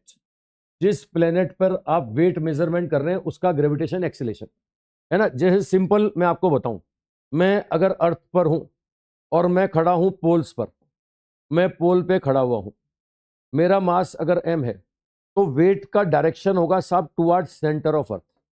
ये काम की बात सुनना, मैग्नीट्यूड तो क्या बोलोगे, ये तो बोलोगे mg, और डायरेक्शन क्या बोलोगे, टुवर्ड्स सेंटर ऑफ अर्थ, है ना। मैं यहां पर हूं, मान लिया मैं अर्थ के इस हिस्से पर हूं, मैं अर्थ के इस हिस्से पर हूं, तो भी वेट का डायरेक्शन कहां होगा, तो भी वेट का डायरेक्शन होगा टुवर्ड्स सेंटर ऑफ अर्थ। अरे मैं तो इक्वेटर लाइन पे हूं, मैं तो इक्वेटर लाइन पर हूं, ये लो, अगर इक्वेटर लाइन पर हूं तो भी वेट का डायरेक्शन कहां होगा, वेट का डायरेक्शन होगा टुवर्ड्स सेंटर ऑफ अर्थ। अरे मैं तो लैम्डा लैटिट्यूड पोजीशन पर हूं, मान लिया मैं लैम्डा लेटीट्यूड पोजीशन पर हूं, तो भी वेट का डायरेक्शन कहाँ होगा? तो भी वेट का डायरेक्शन होगा टुवर्ड सेंटर ऑफ अर्थ। मतलब सिंपल प्रॉपर्टी बता दूं मैं आपको, बहुत सिंपल प्रॉपर्टी बता रहा हूं। ये कहीं भी हो जाओ, अर्थ के किसी भी हिस्से पे जाओ, वेट का डायरेक्शन होता है टुवर्ड सेंटर ऑफ अर्थ। लेकिन सुनना, ढंग से सुनना, जब भी अपन एफबीडी बनाते हैं ना, एफबीडी, जब भी अपन एफबीडी बनाते हैं, तो एफबीडी बनाते समय पार्टिकल हॉरिजेंटल प्लेन पर हो, पार्टिकल वर्टिकल प्लेन पर हो, पार्टिकल इंक्लाइन प्लेन पर हो, हम वेट का डायरेक्शन कहां शो करते हैं? डाउनवर्ड्स। ये शो करते हैं हम डाउनवर्ड। देखो mg, ये इंक्लाइन प्लेन पे है ना, इंक्लाइन प्लेन पे, तो भी मैं वेट का डायरेक्शन कहां शो करूंगा? डाउनवर्ड्स। मतलब आप सीधे खड़े हो, आप यहां पर इंक्लाइन प्लेन पे खड़े हो जाओ, मैं तो कह रहा हूं वर्टिकल वॉल पे खड़े हो जाओ, है ना, तो भी वेट का डायरेक्शन कहां लगाऊंगा? वेट का डायरेक्शन डाउनवर्ड लगाऊंगा। मैं तो कह रहा हूं आप कर्व्ड सरफेस पर हो, आप गोले के अंदर हो, ये तो कहीं भी चले जाओ, कहीं भी चले जाओ, वेट का डायरेक्शन कहां लगाओगे? डाउनवर्ड। अब एक इंपॉर्टेंट पॉइंट बोलने जा रहा हूं, ढंग से सुन लेना भैया, मेरी बात ढंग से सुन लेना। वेट का डायरेक्शन हम लोग यहां पर डाउनवर्ड बनाते बनाते बोलने लगते हैं डाउनवर्ड है, जबकि वेट का डायरेक्शन कहां होता है? Toward centre of earth. एक थ्योरेटिकल क्वेश्चन पूछा गया एग्जाम में, है ना, ये मैकेनिक्स में क्या होता है, बच्चे न्यूमेरिकल कर लेते हैं, गलत थ्योरी वाले क्वेश्चन में करते हैं साहब। तो थ्योरी वाले क्वेश्चन के लिए स्टेटमेंट सुन लो भाई, है ना, मैं फिर से क्लियर कर रहा हूं, वेट का डायरेक्शन होता है टुवर्ड सेंटर ऑफ अर्थ। अब एग्जाम में क्वेश्चन आया था, उसमें पूछा गया डायरेक्शन ऑफ वेट, और पहला ऑप्शन था डाउनवर्ड्स, है ना, बच्चे ने आगे पढ़ते ही नहीं है, डाउनवर्ड सुनते ही क्लिक करते हैं डाउनवर्ड, क्योंकि पूरे चैप्टर में जब भी अपन एफबीडी बनाते हैं ना, तो क्या बोलते हैं? वेट कहां काम करेगा? बोले डाउनवर्ड। वेट कहां करेगा? बोले डाउनवर्ड, है ना, ये बोलना भूल जाते हैं कि डाउनवर्ड क्या है? सेंटर ऑफ अर्थ है ना। अब दूसरा ऑप्शन वही था, टुवर्ड सेंटर ऑफ अर्थ। दूसरा ऑप्शन था टुवर्ड सेंटर ऑफ अर्थ। बताओ किसको प्रेफरेंस दोगे? डाउनवर्ड को प्रेफरेंस दोगे या सेंटर ऑफ अर्थ को प्रेफरेंस दोगे? गारंटी से सेंटर ऑफ अर्थ को प्रेफरेंस दोगे। आई थिंक बात पकड़ में आ गया सबको, ठीक है। मैग्नीट्यूड यही बोलोगे mg। अच्छा, जी अगर मैं बोलूं तो जी अलग अलग प्लेनेट का अलग अलग होता है भैया। अगर अर्थ के लिए बोले ना, तो नॉर्मली बोलते हैं अपन 9.8 मीटर पर सेकेंड स्क्वायर, है ना। अच्छा, इसी को लगभग 10 मान लेते हैं अपन, लगभग 10। मैं और बताऊं आपको, ये अगर मैं इसको, ये तो एमकेएस सिस्टम में लिखा ना, अगर सीजीएस में लिखूंगा ना, इसको लिखते हैं 980 सेंटीमीटर पर सेकेंड स्क्वायर। अच्छा, इसको अगर एफपीएस में लिखूंगा ना, एफपीएस में, तो ये बनता है 32 फुट पर सेकेंड स्क्वायर। ये एफपीएस में बनेगा 32 फुट पर सेकेंड स्क्वायर, ठीक है। आई थिंक बात पकड़ में आ गया सबको, ठीक है। और अलग अलग प्लेनेट के लिए अलग अलग होता है। अगर मून बोलेंगे तो मून के लिए क्या होता है? अर्थ का 1/6 होता है। ये ग्रेविटेशन नाम का चैप्टर पढ़ोगे, वहां डिटेल से पढ़ोगे। अभी जनरली अपन क्या करते हैं, ये छोड़ना, गिराना, फेंकना, टपकाना, मोशन वाले जितने केस हैं सब अर्थ पे ही करते हैं। अपन अर्थ के प्राणी हैं, तो जो करेंगे अर्थ पे ही करेंगे। तो आंख बंद करके अपन 10 ही ले लेते हैं, 10, है ना। बाकी मैंने सीजीएस एफपीएस में बता दिया। अपने मॉड्यूल में एक एक्सरसाइज फर्स्ट में क्वेश्चन है, उसमें आंसर एफपीएस में मांग रहा है, एफपीएस में, तो वहां ये काम आएगी चीज तुम्हारे। चलो लिख लो, लिखते चलो, अगर साथ साथ लिखना है तो लिखते चलो, है ना। तो पॉइंट क्या ध्यान रखना है? वेट होता है mg, डायरेक्शन कहाँ होती है? Toward centre of earth. FBD बनाते समय कहाँ बनाते हैं? डाउनवर्ड। एफबीडी बनाते समय कहाँ बनाओगे? डाउनवर्ड। इन हॉरिजॉन्टल पे है तो भी डाउनवर्ड, इंक्लाइन पे है तो भी डाउनवर्ड, वर्टिकल पे है तो भी डाउनवर्ड, कर्व सरफेस में है तो भी डाउनवर्ड, है ना। डायरेक्शन कहाँ बनाओगे? डाउनवर्ड। एफबीडी बनाते समय टुवर्ड डाउनवर्ड। तो पहला फोर्स क्लियर हो गया सबको। पहला फोर्स है साहब वेट। अब दूसरे फोर्स पे आ जाओ। दूसरा फोर्स है नॉर्मल रिएक्शन। ये नॉर्मल रिएक्शन क्या? नाम से समझ में आ रहा है रिएक्शन है, इसका मतलब किसी ने एक्शन किया होगा, उसका जवाब होगा ये। और नॉर्मल का मतलब क्या होता है? नॉर्मल का मतलब होता है परपेंडिकुलर। नॉर्मल का मतलब होता है परपेंडिकुलर। मतलब नॉर्मल मतलब ऐसे हिंदी में नहीं कि सामान्य, है ना। नॉर्मल का मतलब क्या होता है? परपेंडिकुलर। तो परपेंडिकुलर डायरेक्शन में जो एक्शन होगा ना, उसके जवाब को क्या बोलेंगे? नॉर्मल रिएक्शन, मतलब नॉर्मल रिएक्शन, ठीक है। मैं एग्जांपल देता हूं, पहला एग्जांपल देता हूं आपको, ठीक है। ये पहला एग्जांपल, मान लिया एक ऑब्जेक्ट रखा हुआ है, ये ऑब्जेक्ट एक सरफेस पे रखा हुआ है। मुझे बताइए, आज इसका जो वेट है वो जमीन पे, ग्राउंड पर एक्शन करेगा, वो एक्शन कितना होगा? वो एक्शन mg होगा। अब ध्यान से देख करके बताओ, ये एक्शन सरफेस के परपेंडिकुलर है ना, ये एक्शन सरफेस के परपेंडिकुलर है, तो जो रिएक्शन मिलेगा वो जस्ट अपोजिट मिलेगा, ये तो तुम जानते हो। ये एक्शन के अपोजिट रिएक्शन मिलेगा, लेकिन ये रिएक्शन भी कहां मिल रहा है? ये रिएक्शन भी सरफेस के परपेंडिकुलर मिल रहा है, इसलिए क्या बोलोगे? ये नॉर्मल रिएक्शन का वैल्यू mg आ जाएगा। मतलब सीधे सीधे आसान भाषा में बताएं, जो परपेंडिकुलर एक्शन होगा वही परपेंडिकुलर रिएक्शन होगा, ठीक है। और बोलूंगा मैं और एग्जांपल बोलता हूं। अब मैं हॉरिजॉन्टल सरफेस नहीं, मैं इंक्लाइन सरफेस दे रहा हूं। इंक्लाइन सरफेस, मान लिया एंगल ऑफ इंक्लेशन थीटा, और इसके ऊपर एक ब्लॉक लाके रख दिया मैंने, मास है। बताइए, आज ये भी एक्शन कहां करेगा? तुम्हें पता है कि एक्शन तो डाउनवर्ड ही करेगा, लेकिन ये जो डाउनवर्ड एक्शन कर रहा है क्या वो सरफेस के परपेंडिकुलर है क्या? ये डाउनवर्ड एक्शन सरफेस के परपेंडिकुलर नहीं है। जो सरफेस के परपेंडिकुलर एक्शन होगा वही नॉर्मल रिएक्शन होगा, ये नॉर्मल रिएक्शन नहीं है। अब नॉर्मल रिएक्शन निकालने के लिए आपको सरफेस का परपेंडिकुलर कंपोनेंट करना पड़ेगा, ये वाला कंपोनेंट लेना पड़ेगा। अब देखो ध्यान से देखो, ये 90 है, ये एंगल थीटा था, तो ये एंगल कितना होगा? ये एंगल 90 माइनस थीटा होगा। तो ये वाला एंगल कितना होगा? ये वाला एंगल थीटा होगा। ठीक है, आई थिंक क्लियर हो गया सबको। ये mg, ये 90, ये थीटा, ये ट्राइंगल के तीनों एंगल का सम 180, तो ये 90 माइनस थीटा, तो ये सरफेस का नॉर्मल है, तो ये एंगल कितना होगा? थीटा। ये कंपोनेंट कितना होगा? ये हो जाएगा mg cos थीटा, और ये कंपोनेंट mg sin थीटा। मैंने वेक्टर के समय कंपोनेंट के बारे में बताया था आपको, जहां से एंगल लेते हो ना वो कॉस होता है, और दूसरा वाला कौन होता है? साइन होता है। ये कंपोनेंट की जानकारी दी थी मैंने आपको, मैंने कंपोनेंट की जानकारी दी थी। अगर कोई वेक्टर है ना, अगर मैं बोलता हूं ये एफ है और ये एंगल थीटा है, तो जिधर से एंगल होता है ना वो वाला कॉस होता है, कॉस, और उसका परपेंडिकुलर जो होता है ना वो कौन होता है? उसका परपेंडिकुलर साइन होता है। ये मैंने वेक्टर में कंपोनेंट सिखाया था आपको। चलो कुल मिला के मुझे बताओ, ये जो वेट है क्या ये सरफेस के परपेंडिकुलर है क्या? नहीं है। क्या mg sin थीटा ये सरफेस के परपेंडिकुलर है क्या? नहीं है। सरफेस के परपेंडिकुलर कौन है? सरफेस के परपेंडिकुलर है mg cos थीटा। अगर ये सरफेस के परपेंडिकुलर एक्शन है तो भैया यही तो नॉर्मल रिएक्शन होगा ना, ये सरफेस का जवाब भी तो यही होगा। तो आज नॉर्मल रिएक्शन क्या बोलोगे? आज नॉर्मल रिएक्शन बोलोगे mg cos थीटा। मतलब हॉरिजॉन्टल प्लेन पर ये mg था, तो इंक्लाइन प्लेन पे नॉर्मल रिएक्शन क्या होगा? ये होगा mg cos theta. I think point पकड़ में आ गया होगा। ठीक है, चलो मैं और बोलता हूं, मैं और एग्जांपल देता हूं। मान लिया ये वर्टिकल वॉल है, इस पर एक ब्लॉक है, ब्लॉक, ये मास m है ना, मैंने इस पर फोर्स लगाया F। अब एक फोर्स आपको mg भी दिख रहा होगा, mg। मुझे बताओ ये mg सरफेस पर पैरेलल है या परपेंडिकुलर है? ये तो सरफेस के पैरेलल हो गया। तो परपेंडिकुलर एक्शन आपने क्या किया? आपने परपेंडिकुलर एक्शन F किया, तो जो दीवार जवाब देगी वो नॉर्मल रिएक्शन क्या होगा? वो नॉर्मल रिएक्शन आज F होगा। वो नॉर्मल रिएक्शन क्या मिलेगा? F। सरफेस पर परपेंडिकुलर एक्शन को ही क्या बोलेंगे? Perpendicular reaction, normal reaction.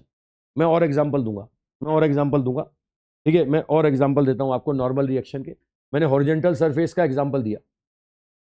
चलो अभी तक हॉरिजॉन्टल सरफेस पर मैंने कुछ किया नहीं था, अब मैं भी करूंगा। लो भाई, मैं फोर्स लगाऊंगा, ये मैं फोर्स लगाऊंगा थीटा एंगल पर। बताइए आज इसके वेट ने सरफेस पे एक्शन किया है mg, इसके वेट ने सरफेस पे एक्शन किया है mg। अब f का कंपोनेंट देखोगे तो ये होगा f cos थीटा, और ये कंपोनेंट कितना मिलेगा? ये कंपोनेंट मिलेगा f sin थीटा। मुझे बताइए mg दबा रहा है, f sin थीटा उठा रहा है, तो कुल कितना दबाया? टोटल कितना दबाया? टोटल हमने दबाया mg minus f sin theta. तो जितना सरफेस पर नॉर्मल एक्शन करोगे वही तो नॉर्मल रिएक्शन होगा ना। तो बताइए आज नॉर्मल रिएक्शन कितना आएगा?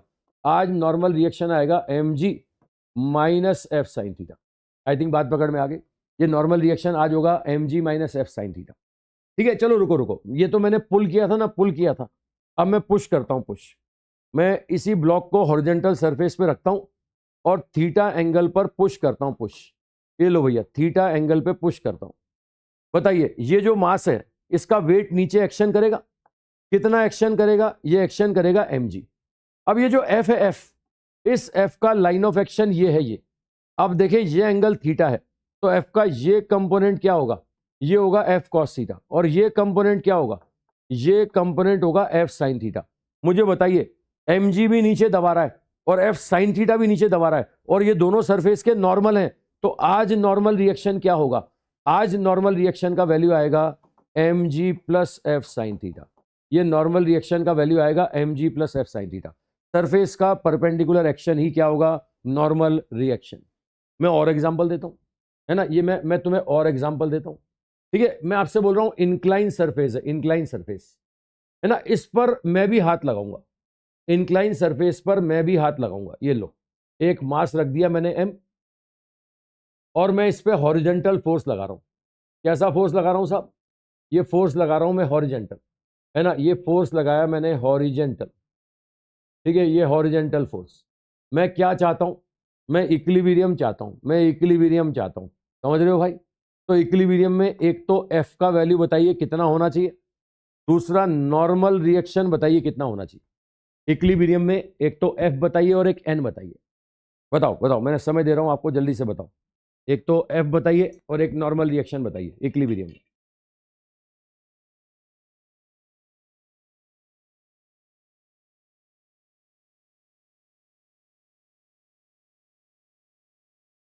एक एफ बताइए, एक नॉर्मल रिएक्शन।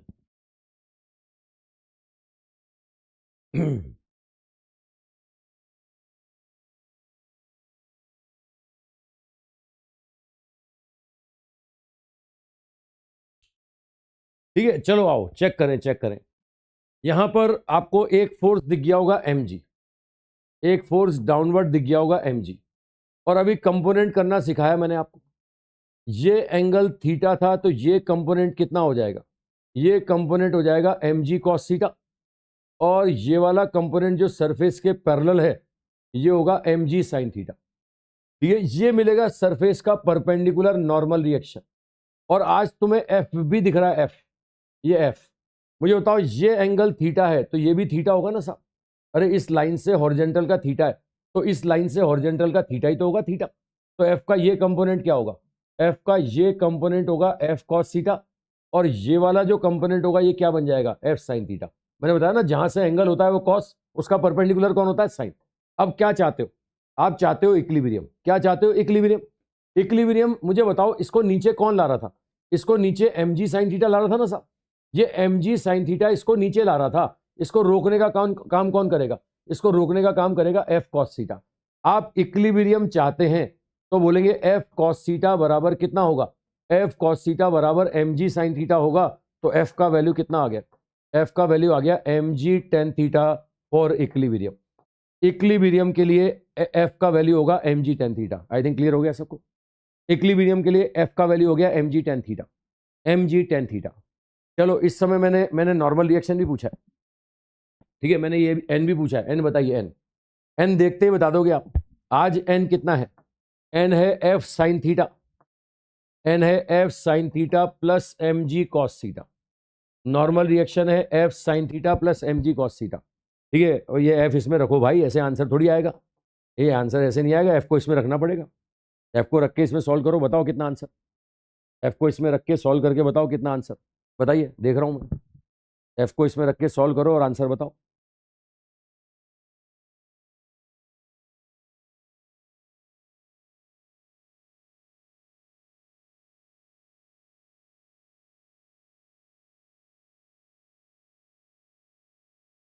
हाँ भाई, कर रहे हैं सॉल्व। नहीं नहीं, f का वैल्यू रखना पड़ेगा, तुम f की फॉर्म में आंसर नहीं देना। f को इसमें रखो, इसमें रखो। चलो मैं कर दूं भाई, मैं कर देता हूं। ठीक है, ये n बराबर क्या था? n बराबर था f sign theta plus mg cos theta. यही था ना? देखो देखो पिछले पेज पे चलो। ये n बराबर f sign theta plus mg cos theta. f उठा के इसमें रखो। f का वैल्यू कितना है? mg tan theta. ये f बराबर mg tan थीटा, ये mg tan theta into sine theta plus mg cos theta. देखो क्लियर करो, टेन थीटा को लिख सकता हूँ साइन अपॉन कॉस। ये टेन थीटा को लिख दिया मैंने साइन अपॉन कॉस, ये इंटू साइन थीटा प्लस क्या होगा? ये m g cos theta. M g common ले लो भैया, एम जी कॉमन ले लो।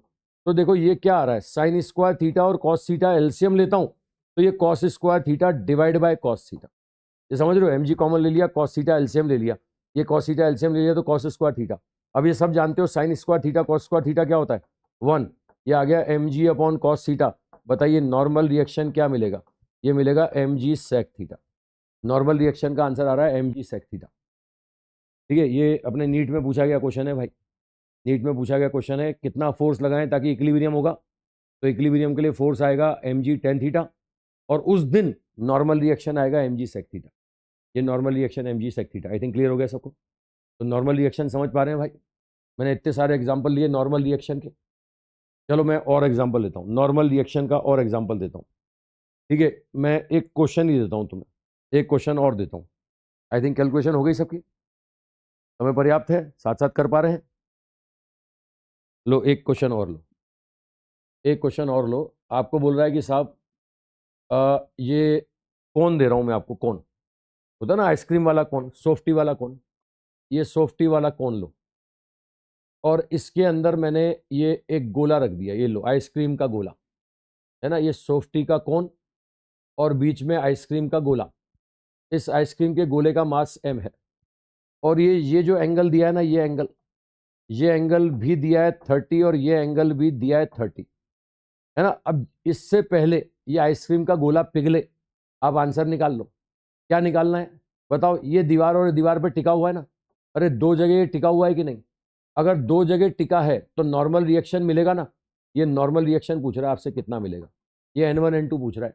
अगर सिस्टम इक्विलिब्रियम में है, ये गोला इस कोन के अंदर इक्विलिब्रियम में है, तो आप N1 और N2 का वैल्यू बताइए। आप N1 बताइए और N2 बताइए। अगर गोला इक्विलिब्रियम में है तो N1 N2 बताइए, ये क्वेश्चन। ठीक है, अगर ये गोला इक्विलिब्रियम में है तो N1 और N2 बताइए। ठीक है, मैं क्लियर कर दूं आपको। जब भी इक्विलिब्रियम वाले क्वेश्चन आए तो इक्विलिब्रियम का मतलब होगा नेट फोर्स जीरो। इक्विलिब्रियम का सिंपल सा मतलब है नेट फोर्स जीरो। मतलब आपको करना क्या है? आपको सारे फोर्सेस को बैलेंस करना है। मैं सिंपल कॉन्सेप्ट बता रहा हूं, इक्विलिब्रियम वाले क्वेश्चन सॉल्व करने का, ढंग से सुन लेना। इक्विलिब्रियम वाले क्वेश्चन सॉल्व करने के लिए आपको सबसे आसान तरीका बता रहा हूं, जो मैं पूरी फिजिक्स में लगाऊंगा। मैं कॉमन तरीका, एक ही कॉन्सेप्ट डेवलप करता हूं, मैं उसी से सारे क्वेश्चन करता हूं। मैं कॉन्सेप्ट बदलने वाला नहीं हूं।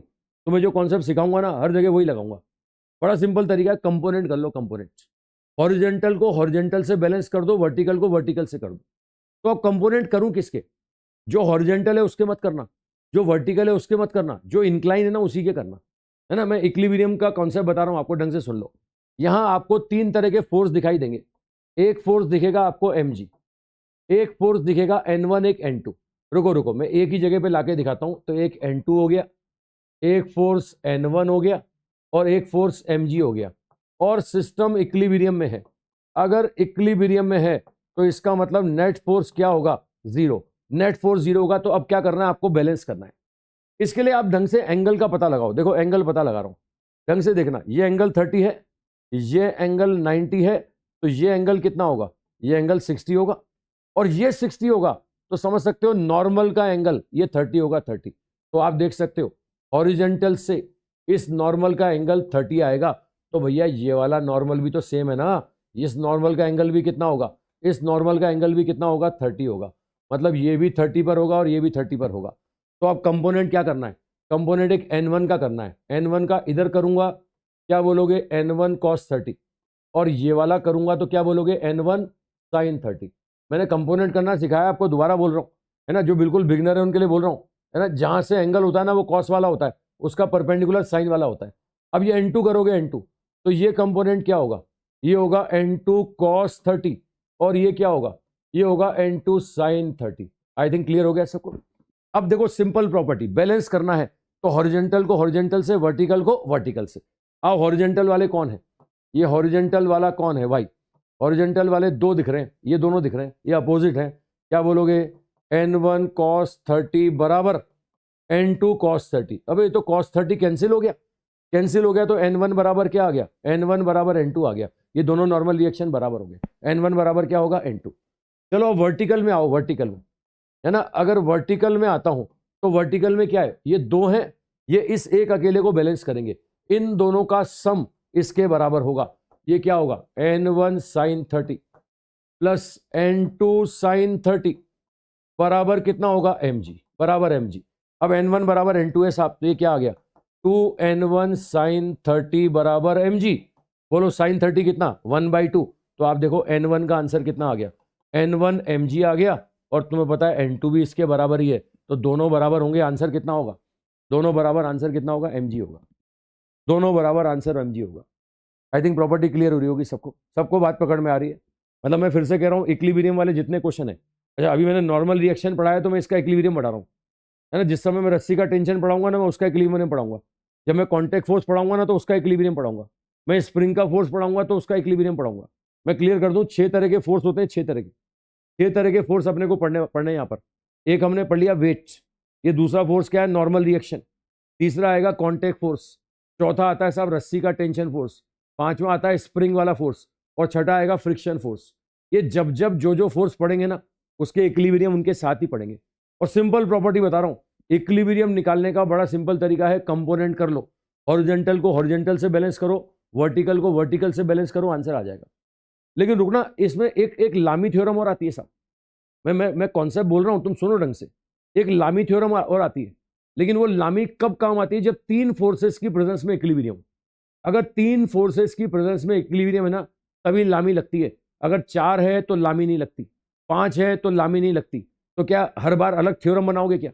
है ना, बोले तीन के लिए लामी बना ली, चार के लिए कोई पामी थ्योरम बना ली, छह के लिए कोई और थ्योरम बना ली, कोई थ्योरम नहीं। एक ही कॉन्सेप्ट, एक ही कॉन्सेप्ट जिससे सारे क्वेश्चन सॉल्व होंगे। और वो सारे क्वेश्चन सॉल्व करने का यही कॉन्सेप्ट है, कंपोनेंट कर लो। हॉरिजेंटल को हॉरिजेंटल से बैलेंस करो, वर्टिकल को वर्टिकल से। ये अभी मैं नॉर्मल रिएक्शन में ये काम कर रहा हूं, मैं कह रहा हूं कॉन्टेक्ट में भी ये करूंगा। दो फोर्सेस की प्रेजेंस में इक्विलिब्रियम हो, तीन हो, चार हो, पांच हो, सॉल्व करने का एक ही तरीका है। ये एक ही तरीका है, वो तरीका क्या है? Component division. लामी तुम चाहोगे तो जानकारी के लिए तो मैं सिखा दूंगा, मैं लगाऊंगा कभी नहीं, क्योंकि वो लामी सिर्फ कब लगती है? जब तीन फोर्सेस में इक्विलिब्रियम हो। अगर चार हो तो लामी नहीं लगती, वह पांच हो तो लामी नहीं लगती। जब लगती नहीं तो उसको सीखे क्यों अपने? है ना, क्या होती है जानकारी के लिए हमें पता होना चाहिए। लेकिन आसान तरीका है कंपोनेंट डिवीजन। हॉरिजेंटल को हॉरिजेंटल से बैलेंस करो, वर्टिकल को वर्टिकल से बैलेंस करो, आंसर आ जाता है। ठीक है, वैसे सिंपल लामी थ्योरम अगर जानना चाहते हो तो मैं बता देता हूं, ये लामी बता देता हूं तुम्हें, लेकिन लगाऊंगा कभी नहीं। ये देखो लामी क्या है, ये तीन फोर्सेस में इक्विलिब्रियम हो। देखो, अगर मैं बोलूं एक फोर्स है F1, एक फोर्स F2, एक फोर्स F3, F1 के सामने एंगल अल्फा, F2 के सामने एंगल बीटा, और F3 के सामने एंगल गामा। तो लामी थ्योरम क्या बोलती है? ये लामी थ्योरम बोलती है कि साहब ये फोर्स और उसके सामने के एंगल का जो साइन होता है ना, उसका रेशो क्या रहेगा? सेम। बताइए, F1 के सामने कौन है? अल्फा है ना, तो बोलोगे F1 upon sine alpha. F2 के सामने कौन है? बीटा है, ये बोलोगे F2 upon sine beta. F3 के सामने कौन है? गामा, ये बोलोगे F3 अपॉन साइन गामा। ये रेशो बराबर होगा। ये लामी थ्योरम है, जानकारी के लिए याद कर लो, कोई पूछे तो लामी बता सकते हो, है ना, लेकिन लगाना नहीं है। क्यों नहीं लगाएंगे? क्यों नहीं लगाएंगे? क्योंकि यार लामी तीन पे ही लगती है। ये तीन फोर्सेस की प्रेजेंस में अगर इक्विलिब्रियम हो, है ना, तीन फोर्सेस की प्रेजेंस में इक्विलिब्रियम हो तभी लामी लगती है ना। ये लामी थ्योरम लिखी मैंने। ठीक है, तो भैया काम की बात, कंपोनेंट डिवीजन पे आ जाना, कंपोनेंट डिवीजन से कर लेना। चलो मैं एक और क्वेश्चन दे रहा हूं, एक क्वेश्चन और दे रहा हूं, है ना, एक क्वेश्चन और देता हूं। आपको बोल रहा है कि साहब एक तो इंक्लाइन दीवार है और एक वर्टिकल वॉल है, एक वर्टिकल वॉल है, एक तो इंक्लाइन सरफेस और एक वर्टिकल वॉल, और इसके ऊपर अपन ने ये गोला लगा दिया, गोला, ये लो ये गोला। और फिर से क्वेश्चन वही है, इक्विलिब्रियम, सिस्टम इक्विलिब्रियम में है, टिका हुआ है साहब। तो आपको पता है एक तो दीवार से कांटेक्ट होगा, नॉर्मल रिएक्शन यहां मिलेगा, एक इंक्लाइन सरफेस से कांटेक्ट होगा तो नॉर्मल रिएक्शन यहां मिलेगा। और तुम्हें पता है कि गोले पर कोई भी नॉर्मल ड्रॉ करते हैं तो गोले के सेंटर से ही पास होता है। तो आपको N1 और N2 बताना है साहब, आपको बताना है N1 कितना और N2 कितना। ये एंगल गिवन है 60 डिग्री, ये एंगल गिवन है 60 डिग्री, ये एंगल 60 डिग्री। चलो ये करके बताओ, करके बताओ। लामी से कोई नहीं करेगा, कोई लामी से नहीं करेगा। कंपोनेंट डिवीजन, हॉरिजेंटल को हॉरिजेंटल से, वर्टिकल को वर्टिकल से। ये समझ पा रहे हो ना? ये इंक्लाइन सरफेस है, ये क्या है? ये इंक्लाइन सरफेस है, ये इंक्लाइन सरफेस, और ये क्या है? ये वर्टिकल वॉल है,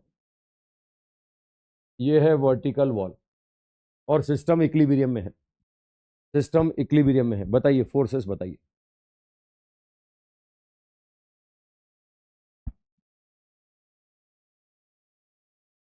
है ना, तीन फोर्सेस की प्रेजेंस में फिर से इक्विलिब्रियम है। चलो अब मैं सिंपल बता दूं, ये 60 डिग्री है, तो ये समझ रहे हो कि ये एंगल भी 60 होगा, तो ये एंगल कितना होगा? ये 30 होगा साहब, है ना। अब फोर्सेस अगर मैं बना के दिखाऊं तो एक फोर्स आपको नीचे दिखेगा mg, एक ये हॉरिजेंटल दिखेगा आपको N1, एक ये इंक्लाइन दिखेगा आपको N2, और इसका हॉरिजेंटल से एंगल होगा 30। अब ये फोटो देखते ही आपको समझ में आ गया होगा कंपोनेंट किसके करने, N1 के नहीं करने, mg के नहीं करने, कंपोनेंट N2 के करने। ये N2 के कर दो, ये होगा N2 cos 30, ये क्या होगा? ये होगा N2 sin 30। तो बड़ा सिंपल, हॉरिजेंटल से हॉरिजेंटल को बैलेंस करो, वर्टिकल से वर्टिकल को। ध्यान से देखो, वर्टिकल वाला कौन है? ये वर्टिकल वाला है n2 sin 30, ये बराबर कितना आ गया mg। तो sin 30 1/2 मतलब n2 कितना आ गया? n2 2 mg आ गया। n2 का वैल्यू आ गया 2 mg, n2 2 mg, n2 का वैल्यू 2 mg। ठीक है। एक बच्चा पूछ रहा है सर mg के कंपोनेंट नहीं कर सकते क्या? मैंने दोबारा रिपीट कर रहा हूँ, शायद बच्चे ने सुना नहीं। जब भी इक्विलिब्रियम वाले क्वेश्चन आए तो हॉरिजॉन्टल को हॉरिजॉन्टल से बैलेंस करो, वर्टिकल को वर्टिकल से बैलेंस करो। तो जो वर्टिकल है उसके कंपोनेंट नहीं करेंगे, जो हॉरिजॉन्टल है उसके कंपोनेंट नहीं करेंगे, तो जो नहीं है उसी के करेंगे ना। तो फोटो देखते पता लग रहा है वेट वर्टिकल है इसके नहीं करने, वो n1 हॉरिजॉन्टल है उसके नहीं करने, तो जो नहीं होगा उसी के करोगे ना। नहीं कौन है? ये n2 है ना। आई थिंक क्लियर हो गया होगा बच्चे को। ठीक है, तो यहां से देखो, यहां से n1 बराबर है n2 cos 30, हॉरिजॉन्टल को हॉरिजॉन्टल से बैलेंस कर दिया, वो n2 का वैल्यू रख दो, ये n2 रख दो, n2 2 mg cos 30 √3/2, तो ये √3 mg आ गया। ये आंसर आ गया √3 mg, मतलब n1 और n2 आपके पास आ गया, n1 √3 mg और n2 आ गया 2 mg। बहुत बढ़िया, बहुत बढ़िया, बहुत सारे बच्चे जवाब दे रहे हैं। तो आई थिंक कंपोनेंट करना आ चुका है सबको, कंपोनेंट सब कर लेंगे, कर लोगे कंपोनेंट?